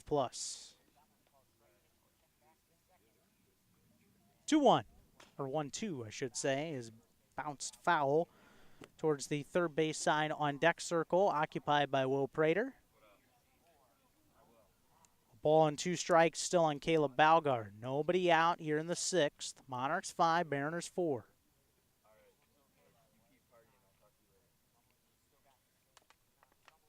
Level stands for Balgard. And on the right side against the righty Mackenzie Hicks. The pitch. Swing and a miss. Chasing the slide piece. A beautiful pitch from Mackenzie Hicks. Picks up his first strikeout. And K number 4 for the pitching staff. That'll give Will Prater a chance to bat. Prater 1 for 3 with a single back in the 2nd. Strikeout and a ground out for him today. Still at 2nd is Schwarzenberger. 5-4, Monarchs in front in the 6th. Mackenzie Hicks making his 5th appearance for the Grand Lake Mariners this year. The pitch, fastball inside, able to stop it was Hayes, ball 1. No record, 14.4 ERA. Hicks also has a save, 5 innings pitched, 6 strikeouts, 3 walks, and 7 hits allowed. Has not pitched in over 2 weeks, has Mackenzie Hicks. Hicks from the stretch delivers the 1-0. Upstairs, ball 2. 2-0 count on Prater. Hicks is from Troy University, 5'10", 185 pounds, a sophomore. That's Troy University in Alabama.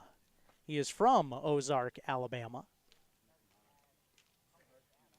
Hicks with a look towards second base at Schwarzenberger. Another look. 2-0. And on the hands, popped out of play by Prater. 2 balls and a strike. One of the main questions you would be asked in Alabama is Alabama or Auburn? The gridiron side of things. I would have to ask him in person. But I would say that he would be a Troy Trojan fan first and foremost. They are a D1 program in football as well.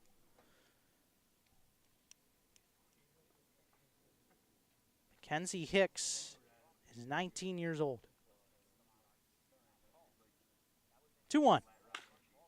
Chopper over towards short. Blake crossing fields and throws over to first in time. Out number 2. Over to third base goes Zach Schwarzenberger. Man 90 feet from home in the bottom of the 6th, Monarchs 5 and the Mariners 4. From Loyola Marymount University, the shortstop. Late season matchup between these two North Division foes. Alex Lambo will bat. 0 for 2 with a walk and an RBI tonight. He walked with the bases full in the 2nd. Strikeout was in his last at bat in the 4th. Pitch from Hicks, high and tight. Ball 1. Mackenzie Hicks also participates in the field for Grand Lake. 34 at bats this year, a .294 average with 2 homers and 3 RBIs. 1-0, grounded over to third. Tough hop, and it gets past McCaw into left field. Zach Schwarzenberger will come home to score. Monarchs lead it 6-4 here in the bottom of the 6th. Going to give him a hit. That took a really tough hop. And Alex Lambo will be granted an RBI. Number 20, his 2nd of the night. Monarchs by a deuce. Good piece of hitting to put it on in play. Got on top of the third baseman, McCaw, quickly. Throw over to first to keep Lambo in check. 6-4 in the 6th. Monarchs have scored a run in the last 2 innings. Robert Bell will bat from the left side for the first time and faces a dirt ball fastball, ball 1. 2 walks and a fly out for Bell tonight. He has scored both times he's been on base. Those walks have come back to hurt in a big way tonight for the Grand Lake Mariners. The pitch, swing and a miss by Bell behind a high fastball. He wanted that one. 1-1 count on Bell.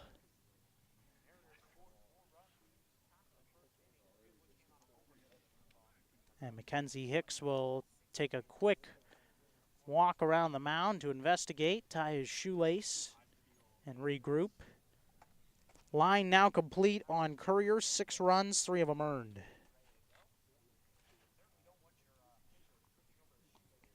The leadoff walk comes back to haunt him.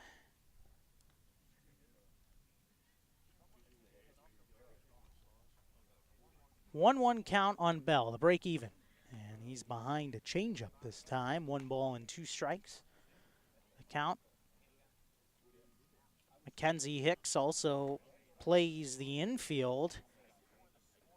You'll see him in several positions, but listed as a third baseman for the Mariners on their roster. 1-2 to Bell. Bounces in. Nice block by Hayes. 2 balls, 2 strikes. The last time these two teams played, Mackenzie Hicks did make a start at third base and went 2 for 4 with a walk as part of that 14-3 triumph for the Mariners in Salina back on the 11th, which was 13 days ago. 2-2 from Hicks, and Bell lifts a high fastball on a line into the screen behind home. Still 2-2 on Bell. That one fouled straight back.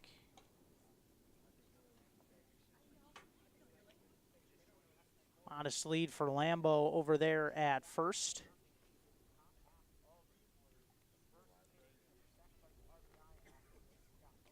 Hicks ready to load. He fires.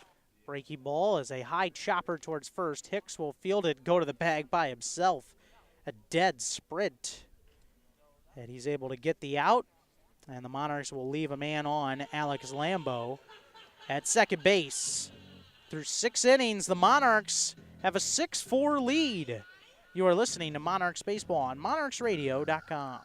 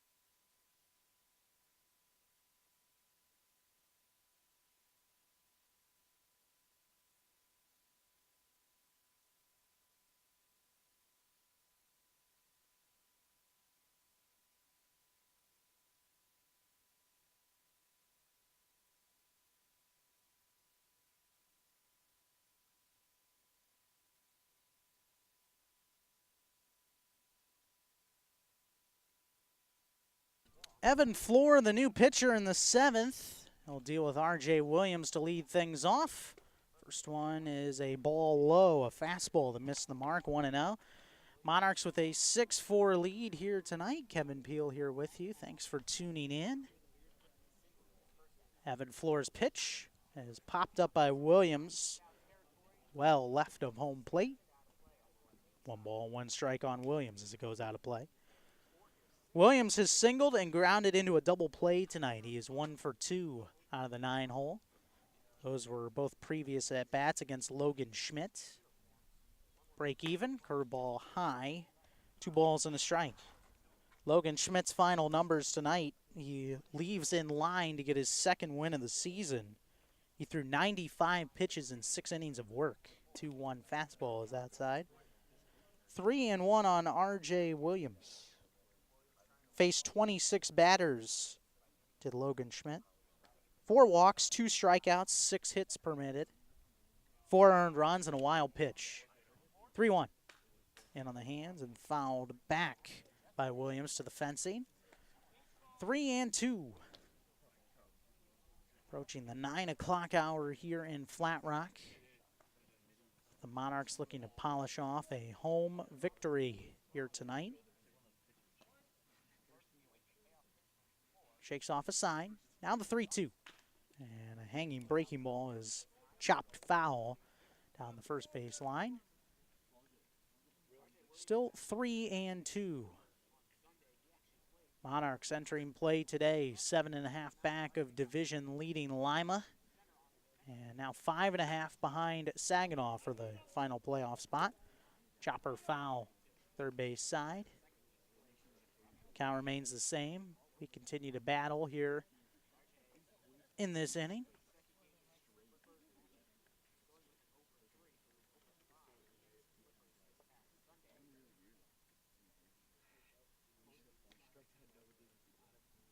Three-two, and reaching for it, popped up on the infield right to the mound. Evan Floor will have it, battling the sky up above, the setting sun. Out number 1 as Evan Floor retires R.J. Williams. Logan Schmidt looking for win number 2 of the season. And Evan Floor, the upcoming senior from Michigan State, 6'3", 195, going to have a big role in that. Fouled back to the screen, strike 1 to Blake Crossing. 2 singles and a ground out via fielder's choice today for Blake Crossing. 0-1, fouled away to the right of home. No balls and 2 strikes. That only win for Logan Schmidt came back on July 13th against the Scouts, so he's looking to win his 2nd consecutive start.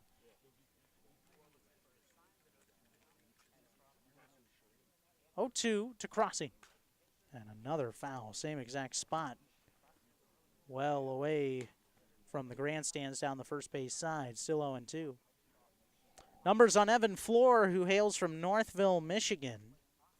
2-3 record, 5.75 earned run average. 9th game he has appeared in. He also has a previous start. He's thrown 20 1/3 innings, 29 Ks, 6 walks. 0-2 to Crossing, bounces in. 1-2. Also 25 hits allowed for Floor in those 20 1/3 innings. Last appearance came against the Lima Locos 5 days ago in the series opener against the Locos. Fly ball hit to right center, chasing it both Dyke and O'Laughlin. Dyke will run it down. One-handed grab in the alleyway. Out number 2, and Evan Floor has retired the first 2 men he has seen. Bases empty, top 7. Monarchs in front 6-4 over the Grand Lake Mariners. Here comes Evan Spry. Singled and scored in the first since he's 0 for 2. The pitch from Floor. Fastball just below the knees, ball 1.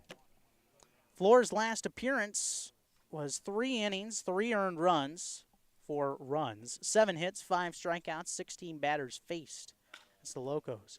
Swinging a liner down the left field line, hooking, and it will stay fair for Evan Spry. This could be extra bases. Schwarzenberger's throw to second on line, but Prater will not be able to get a tag down.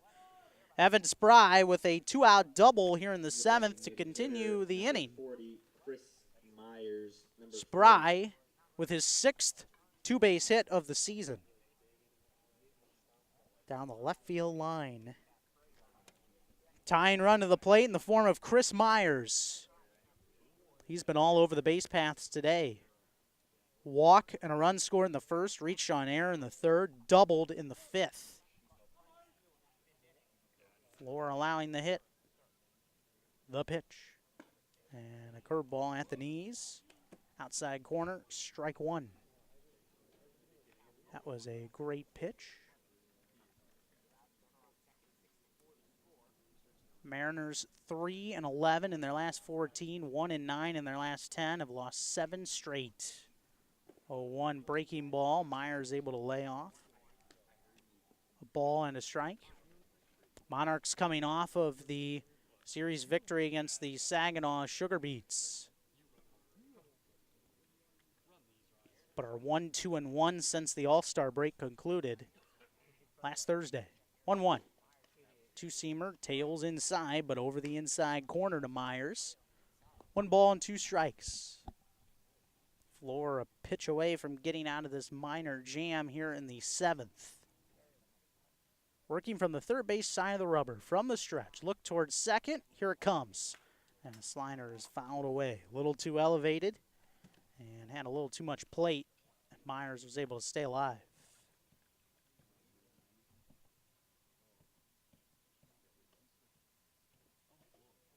Crowd hoping for a strikeout from Floor.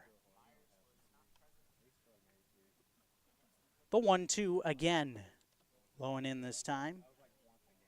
Myers lays off, 2-2.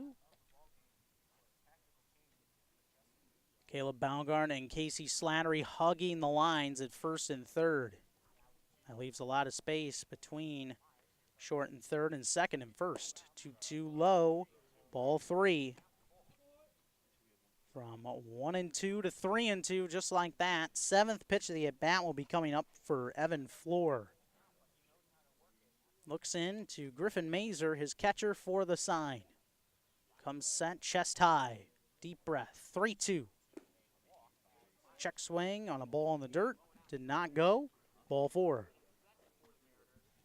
Evan Floor issues his first free pass in his appearance. Evan Spry remains at second base.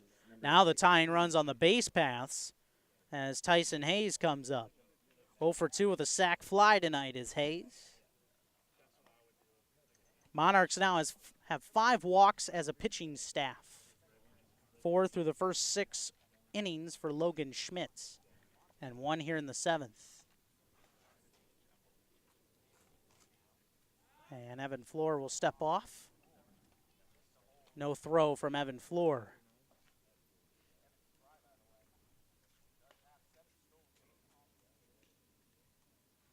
Mariners have tried to steal third once tonight, were unsuccessful. It was Chris Myers, the man at first. Strike one over the outside corner to Hayes, 0-1. But it is a little different. You have a right-handed batter in there, Hayes, who can just by his presence distract a throw that would be headed towards third. 0-1, inside corner, just above the knees, strike 2. Perfect pitch from Floor. He's quickly ahead, 2 strikes.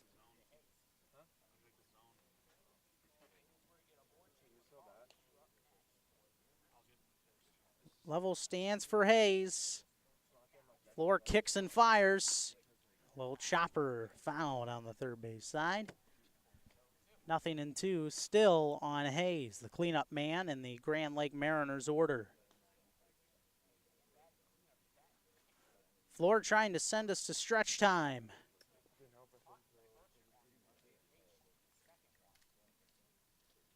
Oh, 2 again. Low and in, kicks away from Mazer and up the third base line. And that'll probably be a pass ball against Griffin Mazer. That ball looked like it kicked off his foot, moving a little more than he thought it would. And that's crucial. Tying run now is just 180 feet away. Dire situation for Evan Floor. Pitch low in the dirt. Skips out in front of home. 2 balls and 2 strikes. It was a pass ball.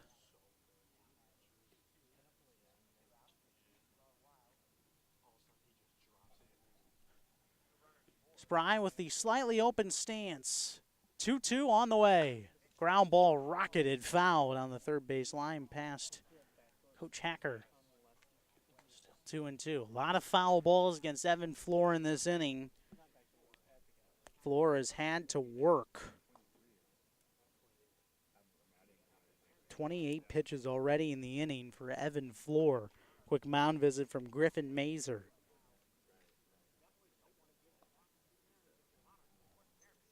This will be number 29 of the inning from Floor. Trying to get out of it unscathed. The pitch. Fly ball hit well, hooking foul near the concession stand. That crashes off the ceiling of the concession stand to the left of the foul pole. Fortunate break for Evan Floor because Tyson Hayes was all over that pitch. Big break. That would have given the Mariners the lead as it stands still 6-4 in the top of the seventh. 2-2 count, 2 outs, 2 men on in scoring position. The 2-2 again, swing and a miss, strike 3. Evan Floor slams the door. His first strikeout of the night comes with 2 men in scoring position. He works around a single and an error, and a walk, I should say, a pass ball as well. Dodges a near home run from Hayes and wins a battle. We're at stretch time here at Flat Rock Field. Monarchs with the 6-4 lead. This is your home for Monarchs baseball.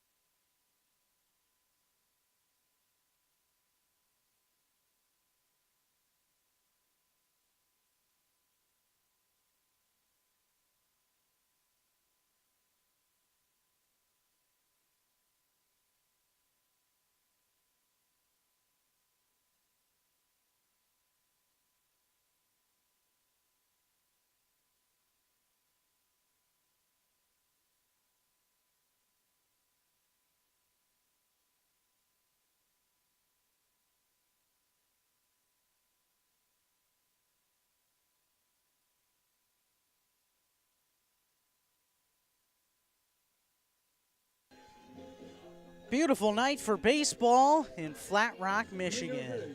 Monarchs with the 6-4 lead over the Grand Lake Mariners, game 1 of this 2-game set. Monarchs with 6 runs, 3 hits, and error. They've left 7. And Grand Lake with 4 runs on 7 hits, 2 errors. They have left 6 on base. Mackenzie Hicks is out for his 2nd inning of work. He'll deal with Andrew Dyke first. And a fastball skips in, ball 1. Andrew Dyke has had a nice night. 2 walks, a single, and a run scored this evening.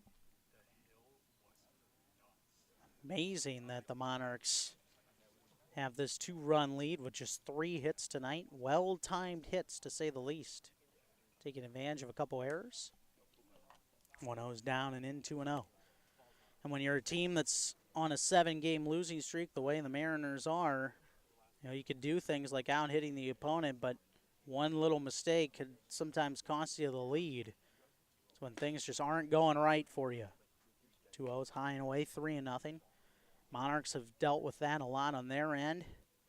15-19-1 record.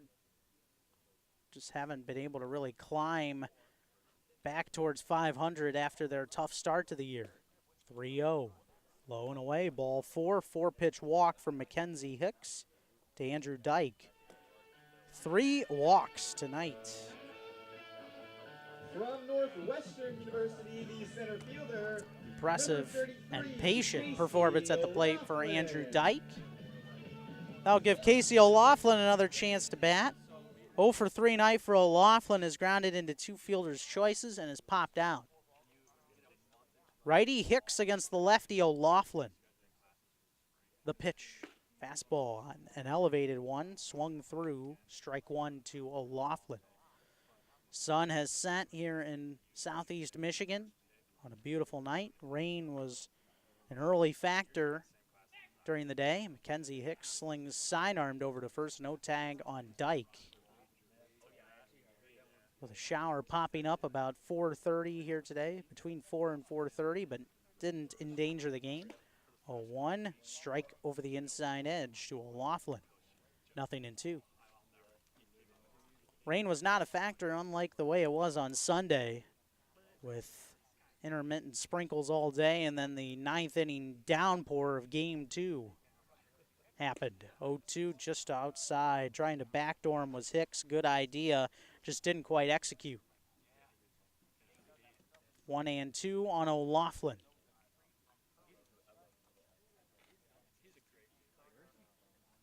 Pitch on the way.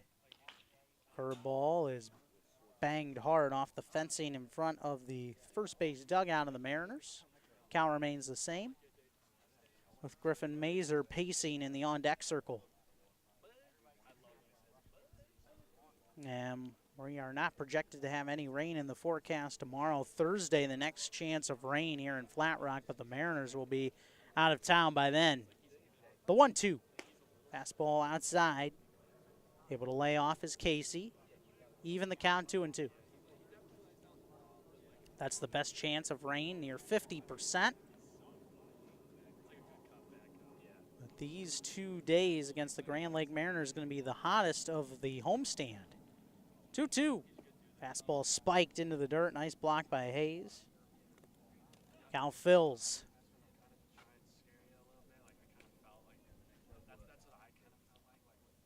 Low to mid-80s today with some humidity. Low to mid-80s again tomorrow with some humidity, but then cooling off into the upper 70s for the weekend. It'll be beautiful. Payoff. Outside, ball 4, and Casey O'Loughlin has drawn another walk against this Grand Lake Mariners pitching staff. That has been a massive problem here today. 11 walks for the Mariners now. And how many times has a walk come back to hurt them? Both of the runs scored in the 5th and the 6th were guys that reached initially on a walk. And 3 of the 4 scored in the 2nd also via a walk. That's 5 runs right there. Fastball alone away to Griffin Mazer, ball 1. He's 0 for 2 with a walk and an RBI. Grounded out in the 5th with a man at 3rd to score the go-ahead run in the game. The Monarchs have added another since. They lead at 6-4 with 2 men on in the 7th. Nobody out. 1-0. Low to Mazer. 2 balls and no strikes. Monarchs have a righty up and throwing down the first base side. Either that or just a little catch going on, just to stay loose out there.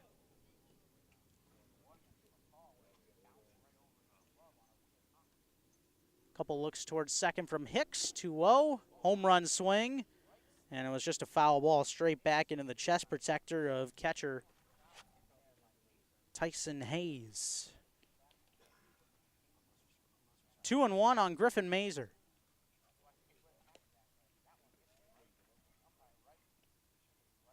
You only have 4 more opportunities to see the Monarchs play here at Flat Rock Field in 2018. You don't want to miss it. Opportunity to see this talented bunch a few more times. Hicks with the pitch towards home, and it bounces in. 3-1. Grand Lake has a little bit of movement going on in their bullpen. A righty warming up, as Hicks has been struggling to throw strikes in this inning. Already with 15 pitches, 2 walks in, and a 3-1 count to Griffin Mazer. 3-1. Mazer with a towering pop-up foul over the first base dugout and out into diamond number 2, currently vacant of youth baseball play tonight. Another full count, this time to Griffin Mazer. Gaining his lead at second is Dyke. O'Laughlin at first. Payoff on the way. Ground ball just fair down the third base line, and Griffin Mazer does not have a throw over to first. Infield single for Griffin Mazer to load the sacks with nobody out in the 7th. Monarchs want to add on to their 6-4 advantage.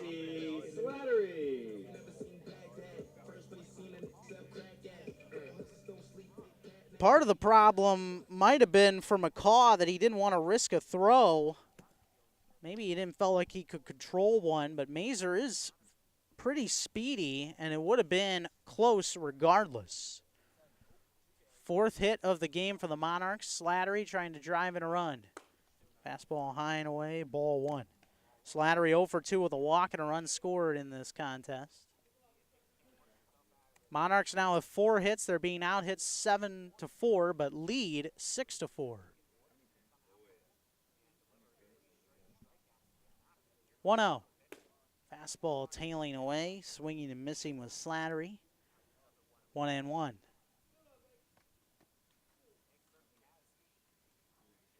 Infield hoping for a double play ball, it appears.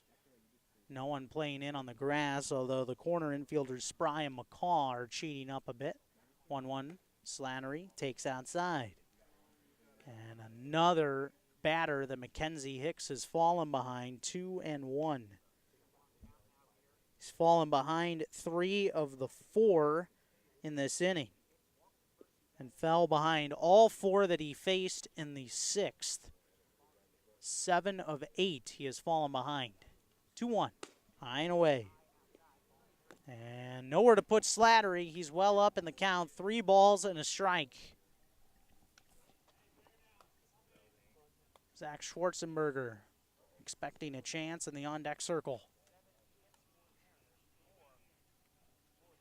Hicks just trying to get through as many outs as he can here in the 7th.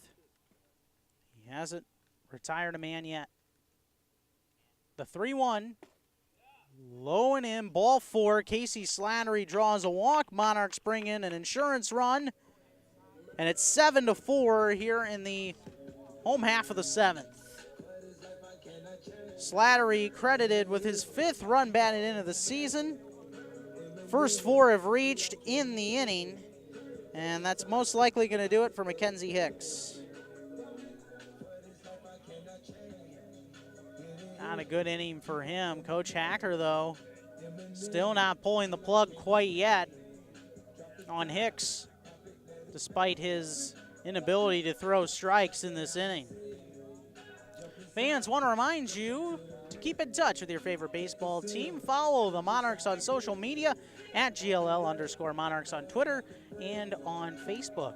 Since we got over 900 fans on Twitter, we have the big giveaway coming up here. I believe it's after tomorrow's game. Free hat going to be given out to a follower who retweeted a certain tweet for that giveaway. And you can scan through to find that tweet, retweet it for your chance to win a free Monarchs hat. A run in the 7th. Monarchs have scored at least 1 in each of the last 3 innings. It's 7-4. Pitch is low, ball 1 to Zach Schwarzenberger. A walk has reached on an error, and a ground out for Schwarzenberger today. 0 for 2 with a run scored. 1-0. Fastball off the end of the bat. Lined foul out of play. Third base side, 1-1 on Schwarzenberger, who's batting on the left side against the righty Mackenzie Hicks. First time batting from the left side today. 1-1. Hicks right down the middle. Thigh high, strike 2 to Schwarzenberger. Nobody out in the 7th, a run in. Monarchs in front 7-4 over the Grand Lake Mariners. We're in a swoon. They've lost 7 in a row. And 11 of 14. 1-2, low and in. Breaking ball backhanded nicely by Hayes to keep it in front of him. Slattery is at first, Mazer at second. O'Loughlin is at third. Dyke has already come across to score in the inning. Hicks lowers the glove to his chest with the ball in it and delivers the 2-2. A pop-up foul off the end of the bat of Schwarzenberger, out of play to the left. 2-2 on Schwarzenberger. University of Toledo Rocket against the Troy Trojan. Hicks with a look towards third and delivers another 2-2, and again wasted away to the backstop. Still 2-2.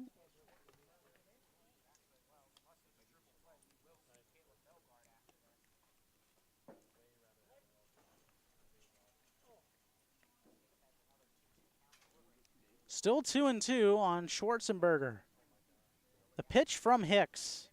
Curveball bounded through the right side, stopped by Acker, but he's not going to be able to field it and get it in time. It did roll into right field for a 2-run single for Zach Schwarzenberger as O'Loughlin and Mazer come across.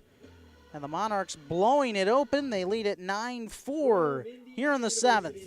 2-run single for Zach Schwarzenberger to plate his seventh and eighth runs batted in of the season.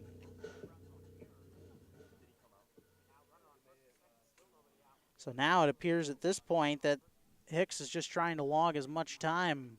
Wonder if the Mariners are a little low on arms right now, because this is a little bit longer than you would normally think you would keep your guy in. Mackenzie Hicks, he is blatantly struggling here.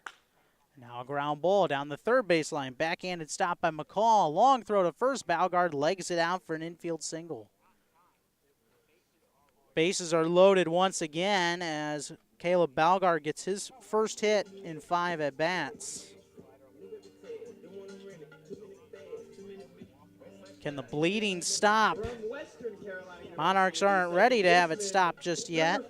Slattery at third, Schwarzenberger at second, and Balgard's at first. 3 runs in the inning. Monarchs in the lead, 9-4 over the Grand Lake Mariners. 3 hits in the inning as well for the Monarchs. They get their total up to 6. The pitch is high and away to Will Prater, ball 1. Prater 1 for 4 with his single coming back in the second. 2 ground outs and a strikeout as well for him.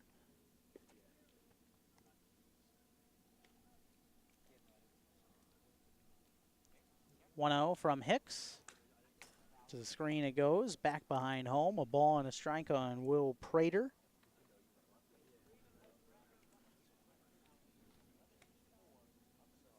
Mackenzie Hicks spent 5 years at G.W. Long High School in Skipperville, Alabama, reaching the playoffs all 5 seasons.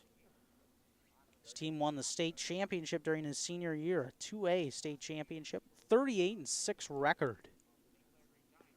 2-1. To the screen it goes again by Prater. Even count at 2-2. Hicks has pitched very well in the past. He threw 3 no-hitters in his high school career. So he has reached success on the mound numerous times.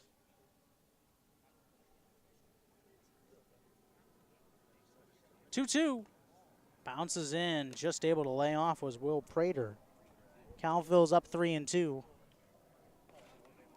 Mackenzie Hicks did not play this past year for Troy. He redshirted.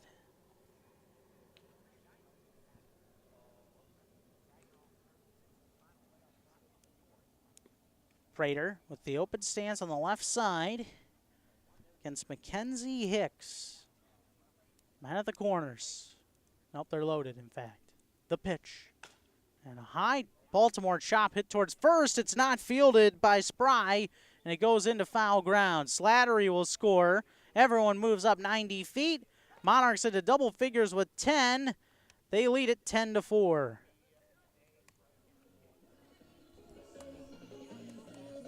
That one will be, I believe, an error charged to the first baseman, Spry. And it'll be the third error of the game for the Grand Lake Mariners. That'll be an unearned run that comes in to score. Kenzie Hicks not going to be able to finish the inning, as we will have a new pitcher come on for Grand Lake. A 4-run bottom of the 7th for the Monarchs. They have taken command, 10-4. We'll talk about the new pitcher next. This is your home for Monarchs baseball.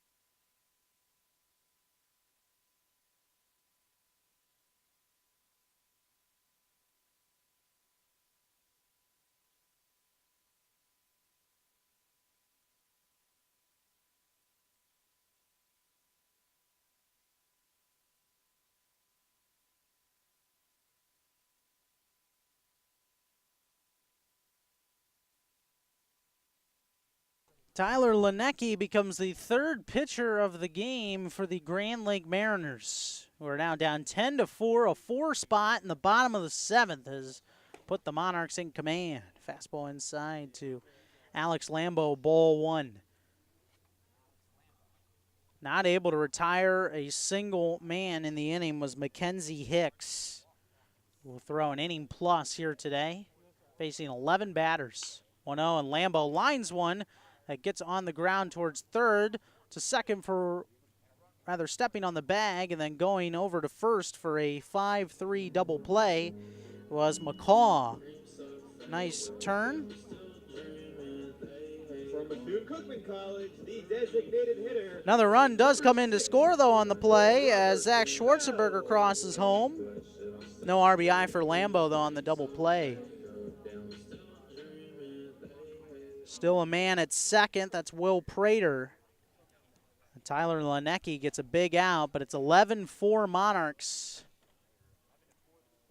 here in the bottom of the 7th. And the pitch misses. Ball 1 to Robert Bell. Bell with a couple of walks, a fly out, and a ground out here today.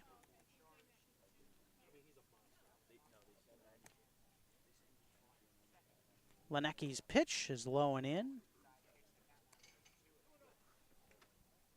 2-0 on Robert Bell. Will Prater is the man at second base. Monarchs still being out hit 7-6, but they have a massive lead now. A couple of those runs going to be unearned against Mackenzie Hicks, who very much struggled here tonight. Had 3 walks, a single strikeout, An inning plus. Again, faced 11. 4 hits allowed.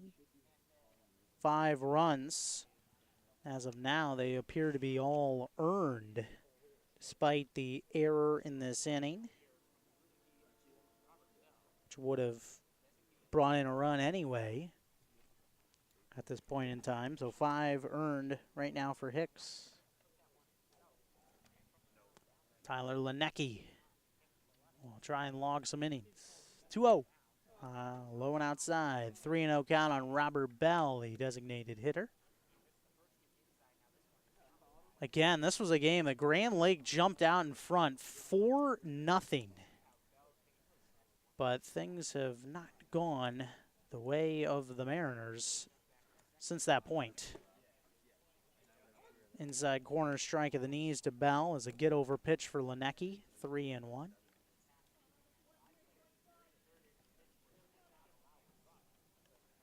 Mariners at 15-20. Monarchs at 15-19-1. Ahead of them for the first time in the standings this year. Swing and a miss. Bell behind breaking ball. 3-2. Unless for maybe a first couple games into the season. But otherwise, Monarchs have been behind them this year. 3-2 from Lenecki. Swing and a miss. Goes into the mitt of Hayes. Strike 3.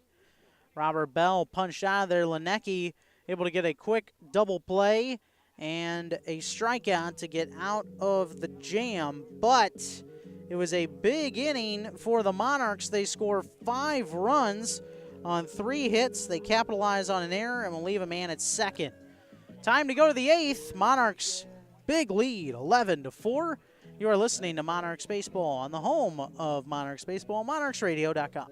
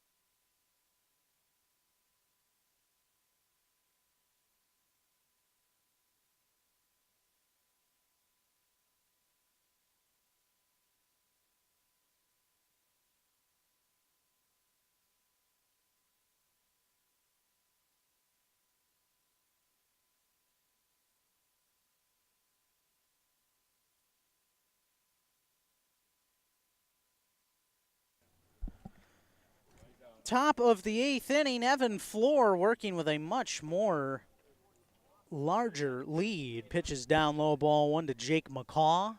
Monarchs score 5 in the bottom of the 7th to take the 11-4 edge. Kevin Peel here with you. Thanks so much for sticking with us. 1-0 fastball at the knees. 1-1 to Jake McCaw, whose 3-run homer put Grand Lake in charge early, 4-0 after a half inning. They haven't scored since, and McCaw has a walk and a ground out since. 1-0, putting the air, or rather 1-1, putting the air foul to the left. 1 ball and 2 strikes. Lights in full effect after 9:30 here in Flat Rock. Monarchs looking for win number 16. 1-2 fastball, rung up, strike 3, down goes McCaw. 2 straight punch outs for Evan Floor, which is his second of the night. And 1 quick out here in the top of the 8th for the Lake Erie Monarchs. Now Van Acker with a chance. Actually, yes, it will be Van Acker trying to break out of that slump. And pitch is taken for strike 1 over the outside corner. Acker 0 for his last 17. He's 0 for 3 in this game. Has a strikeout and 2 flyouts. 0-1. Stays outside. Maybe a touch up. 1-1. Grand Lake leaving a little later from Salina today. Did not arrive at the ballpark till a little before 6. 1-1. Down low, 2-1. Mentioned the Monarchs didn't take batting practice till 5:30 because of the rain shower that took place between 4 and 4:30 this afternoon. So Salina, knowing that there was some rain in the area, waited a little longer to come up today. 2-1. Check swing on a ball that was up and away, and they appeal down to Grant Henderson, the base umpire. They say he did not go. 3-1 on Van Acker.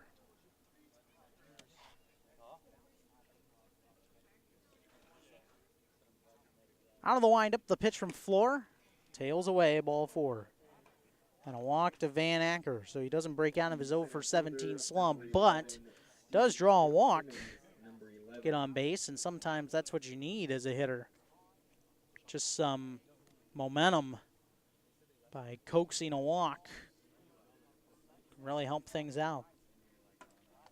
Now Steven Fitzsimmons, 0 for 2 with a walk today. Pitch. Fastball is nailed, foul. That'll head well beyond the bullpen for the Monarchs. Down the third base side. 0-1 on Fitzsimmons. His walk came in the 6th inning. He was then out on catcher's interference to end the inning. 0-1. Swing and a miss. Chasing the high heater, no balls and 2 strikes. Joshua Riggs hoping for a chance in the inning. He's on the on-deck circle for Grand Lake. Baseball just such a funny game sometimes. 0-2, a chopper hit towards second. Prater steps on the bag for 1. No, he flips to Lambo, and it was a glove flip to Lambo. He couldn't quite get his throw to first in time. So it's just a fielder's choice. Fitzsimmons will replace Acker at first, who's out 4-6 on the play. Looked like Prater had a chance to go to the bag by himself, but momentum would have been carrying him away from first base. Lambo was close to getting the double play, but not quite in time. Strike inside corner to Josh Riggs, 0-1. Monarchs 11, Mariners 4, top half of the 8th. A man at first base. 2 outs. 0-1. And here's a high towering pop-up into left center.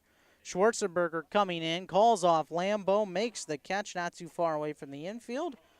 And that is the end of the top of the 8th. Evan Floor allows a walk, but will strand a man on. Through 7.5 innings, Monarchs in the lead, 11-4. You are listening to Lake Erie Monarchs Baseball.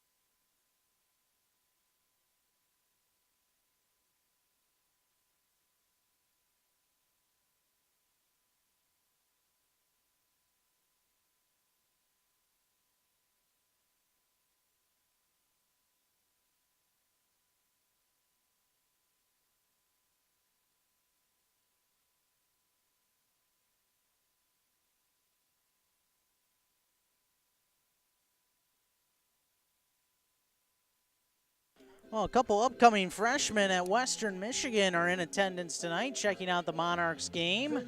Sean O'Keefe, Jack Heisman, and Brendan Lovell all off tonight, so they're hanging out, having some conversation behind me and enjoying what is an 11-4 lead for the Lake Erie Monarchs in the bottom of the 8th inning. Andrew Dyke leads off the events against Tyler Lenecki. Ball one inside. What a night for Andrew Dyke. A model of patience. 3 walks and a single this evening. Lenecki deals a fastball over the outer half for strike one. Lenecki did a great job after Mackenzie Hicks could not get an out. After 7 batters in the bottom of the 7th, came in, got a double play and a strikeout to get out of the jam. Allowed 1 inherited runner to score. 1-1, a called strike over the inside corner to Dyke, 1-2. So Mackenzie Hicks permits 5 earned runs here today. 1-2. Just off the corner outside. Grand Lake wanting that called strike 3. Did not get it. And Dyke will hang in there 2-2.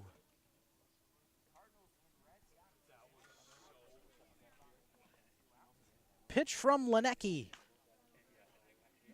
He was handcuffed, Andrew Dyke was. A soft little ground ball hit off the first base dugout fencing. Still 2 balls and 2 strikes on Dyke. O'Laughlin and Mazer also will have opportunities in this inning. Monarchs bullpen not working yet. We could see Kyle Bischoff in the 9th potentially. 2-2, high and tight. Count fills up.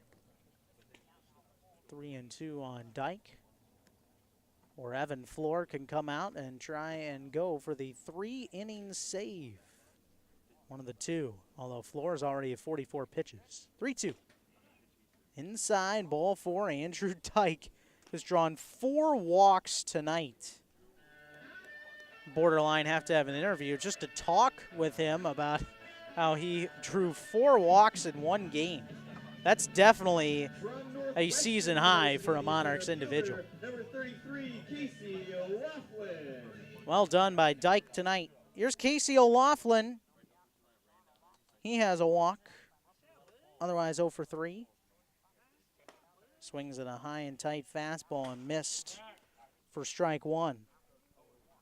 12 walks now for the Mariners pitching staff. And that's not going to help you win games. They're down 11-4 with nobody out in the 8th and a man aboard. Fastball low and in, 1 ball and 1 strike. Monarchs have had many of those double-digit walk games, and they haven't fared well in them. Lenecki from the third base side of the rubber. Deals. Fastball low and away. 2-1. Lenecki from Naples, Florida. 6'1", 180 pounds, an upcoming senior at Wright State University. He is a Wright State Raider.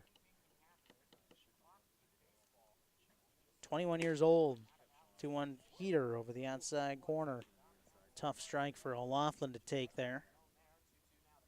No record, 5.9 ERA. 10th appearance for Lenecki. Also has 4 saves. Normally the closer for Grand Lake. 2-2, and O'Laughlin chases a low heater for strike 3. O'Laughlin retired for the first time tonight via the K. 2 strikeouts for Lenecki, 6 for the Grand Lake Mariners staff. Now Griffin Mazer will come up. 1 for 3 is Mazer with an RBI and a walk. The RBI came back in the 5th on a ground out. That put the Monarchs in the lead. That RBI ground out. Pitch high and tight, ball 1 to Mazer. And since then, the Monarchs have poured on 6 more. They lead it 11-4 in the 8th with a man aboard at first. 1-0. And Mazer behind a fastball. Even it up, 1-1. Lenecki has thrown 10 2/3 innings prior to tonight. 14 Ks, 10 walks, 10 hits. Last appearance 5 days ago at home against the Leprechauns, although he has only appeared in 4 games in July. 1-1. Taking a strike is Mazer. 1-2. And it might be a product of his team struggling to win games. He had 4 saves in consecutive appearances up through July 1st, but then things went south. 1-2. Mazer just able to stay alive. That pitch was a little low on a good hard ball from Lenecki. 2-2. Worst appearance of the season came last Thursday for Lenecki against the Irish Hills Leprechauns. Break even. And Mazer fouls one back to the screen. In a 9-4 loss for Grand Lake last Thursday night, the 19th, Lenecki threw an inning, allowed 3 earned runs, 2 hits, 2 walks, 2 strikeouts, faced 7. He had allowed more than 1 run just one other time, and that was his first outing of the year. 2-2 is down low. Full count on Griffin Mazer. And over a stretch of 7 appearances, he allowed just 2 earned runs. 5 earned runs in the other 2 that I'm referring to, the bookend appearances. 3-2, high ball 4. Another walk. 13 walks, a baker's dozen of walks for the Monarchs tonight that they've been able to draw against Grand Lake Mariners pitching. 2 men on, 1 out. Bottom half of the 8th. Monarchs by 7, 11-4. Now Casey Slattery has drawn 2 walks tonight, has scored 2 runs, forced in a run. Last time up in the 7th. Lenecki's pitch. Outside corner, strike 1. Slattery otherwise with a couple ground balls hit in between walks today. Approaching 10 o'clock here in Flat Rock. Lights are on. Beautiful night. 0-1. Swung through a fastball. Behind 2 strikes is Slattery.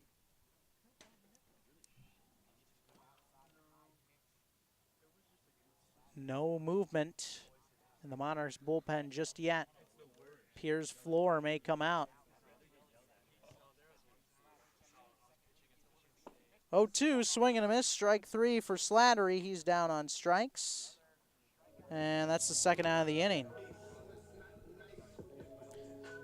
From the University of Toledo, Well, of course, the trade deadline in Major League Baseball is just a week away, and the New York Yankees have just gotten a blockbuster trade acquiring Orioles closer Zach Britton just a moment ago. Strike 1 to Zach Schwarzenberger, 0-1. Schwarzenberger with a 2-run single back in the 7th, also has reached on an error and has walked tonight. He has scored twice. 11-4 here in the bottom of the 8th. Tyler Lenecki trying to get out of a jam. 2 men on. Fastball high and away. 1-1 count. So the Baltimore Orioles now have traded Manny Machado and Zach Britton in this rough season for them, a lost season for the Orioles, in a brutal AL East behind the Yankees and Red Sox. 1-1. Fastball swing and a miss. 1-2 on Schwarzenberger. Yeah, I saw something yesterday. The Red Sox, who are 71-31 entering play today, are 40 games over 500 at this point in the season for the first time since 1949. And they are an impressive team on pace for 113 wins. 1-2, swing and a miss. Schwarzenberger down on strikes. Lenecki K's the side around a couple of walks in the inning, and the Monarchs do not score. Top of the 9th coming up. Monarchs looking to wrap up victory number 16 of the season, ahead by 7. You are listening to Lake Erie Monarchs Baseball on monarchsradio.com.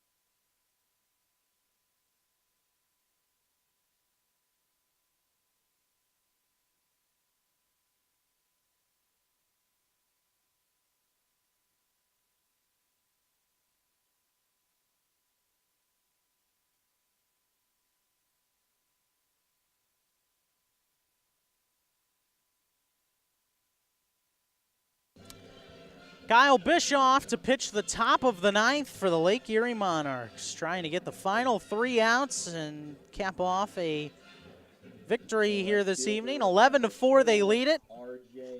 Williams, number Monarchs 4. with 11 runs, 6 hits, an error.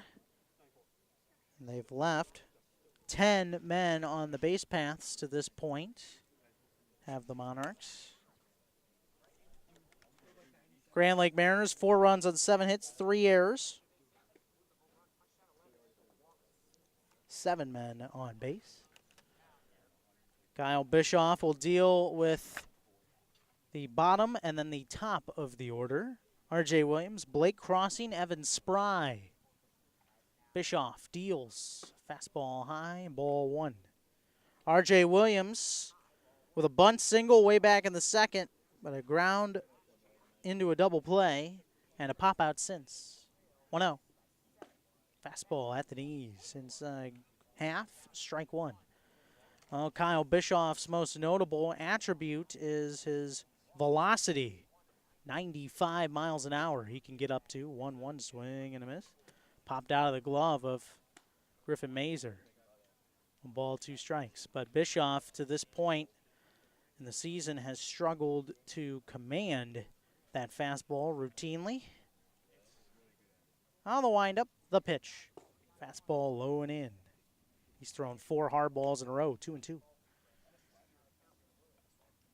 Bischoff with an 0-2 record, a 10 ERA. 7th appearance, has started a game. 9 innings pitched, 11 Ks, 16 walks. Fastball outside, 3-2. He also has allowed 7 hits this year. This is Bischoff's first appearance in the last 10 days. It's not pitched since before the All-Star break.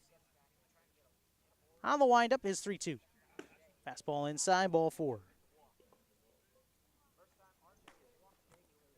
7 walks now for the Monarchs pitching staff. Number 10, Blake. Leadoff man is on in the top of the 9th with the Monarchs ahead 11-4. Blake Crossing will make his 5th plate appearance. 2 singles, a ground out and a fly out tonight for Crossing.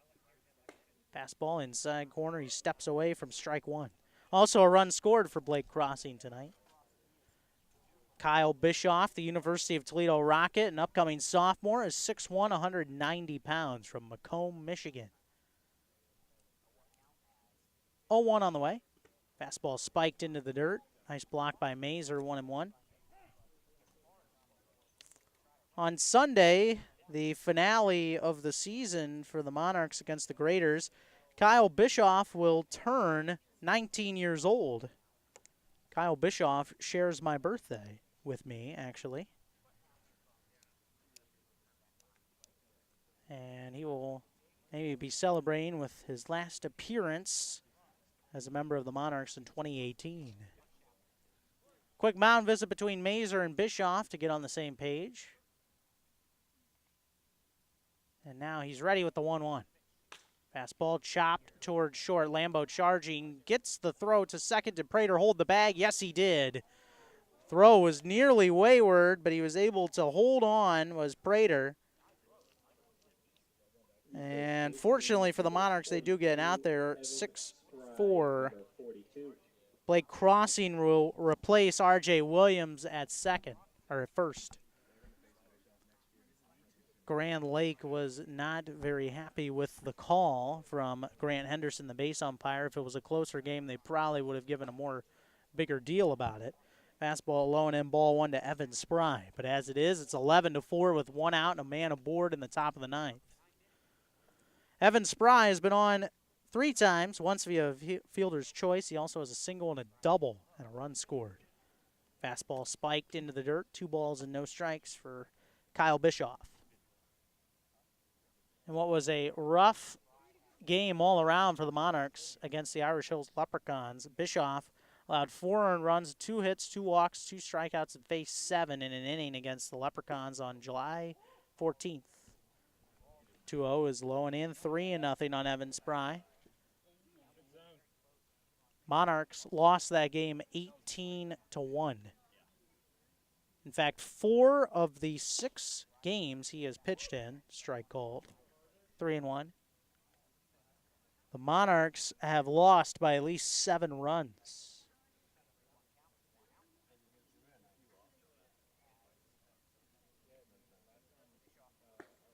Pitch is low, ball 4.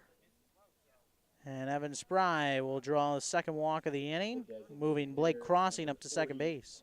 1 out in the 9th, 2 on, 11-4 for the Lake Erie Monarchs. That's their lead.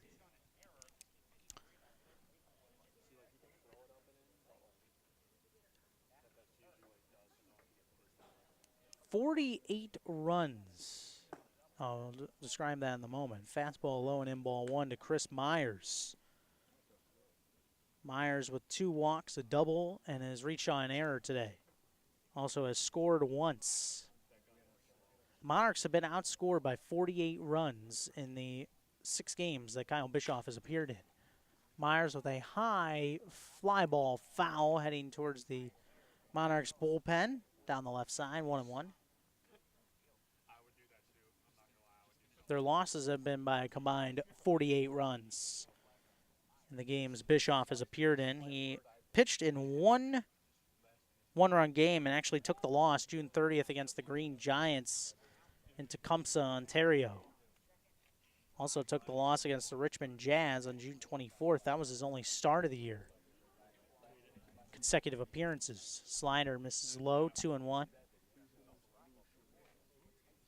Kyle Bischoff working in a low leverage situation, trying to get 2 more outs. 2-1. Fastball lined back to the backstop behind home. 2-2 on Chris Myers, the DH. This is a battle of rockets right here. Only UT Rocket on the Grand Lake Mariners team. Chris Myers against Kyle Bischoff. Myers a touch older. Break even from Bischoff. And a slider kicks away, will go to the backstop. Up 90 feet, Crossing and Spry move. Crossing to third on the wild pitch. Now time will be called again. Second wild pitch of the game for the Monarchs. First for Bischoff. So now a couple runs in scoring position. Monarchs just going to try and get out of this jam and win the game. 3-2. And a pop up again, same spot as earlier in the at-bat, fouled away, 3-2. Some more tossing going on in the Monarchs bullpen. Might be a bit of a short leash for Bradley Merritt, the pitching coach, if Bischoff can not get these outs quickly. 3-2. Rung him up, strike 3, a fastball at the knees on the outside corner. First strikeout for Bischoff tonight. 5th strikeout for the Monarchs pitching staff. And there are 2 outs in the top of the 9th. Grand Lake now with no room for error, down 11-4. Runners at second and third for Tyson Hayes. 0 for 3 with a sac fly. Pitch high, ball 1 from Bischoff. Hayes' sac fly came way back in the first and got the Mariners on the board. They scored all 4 of their runs in the first inning, have not scored since. 1-0, skips away. Crossing will come home and score on another wayward pitch. 2 wild pitches in the inning. 11-5 the score in favor of the Monarchs. And that will be the first run against Bischoff. 2-0 count on Hayes.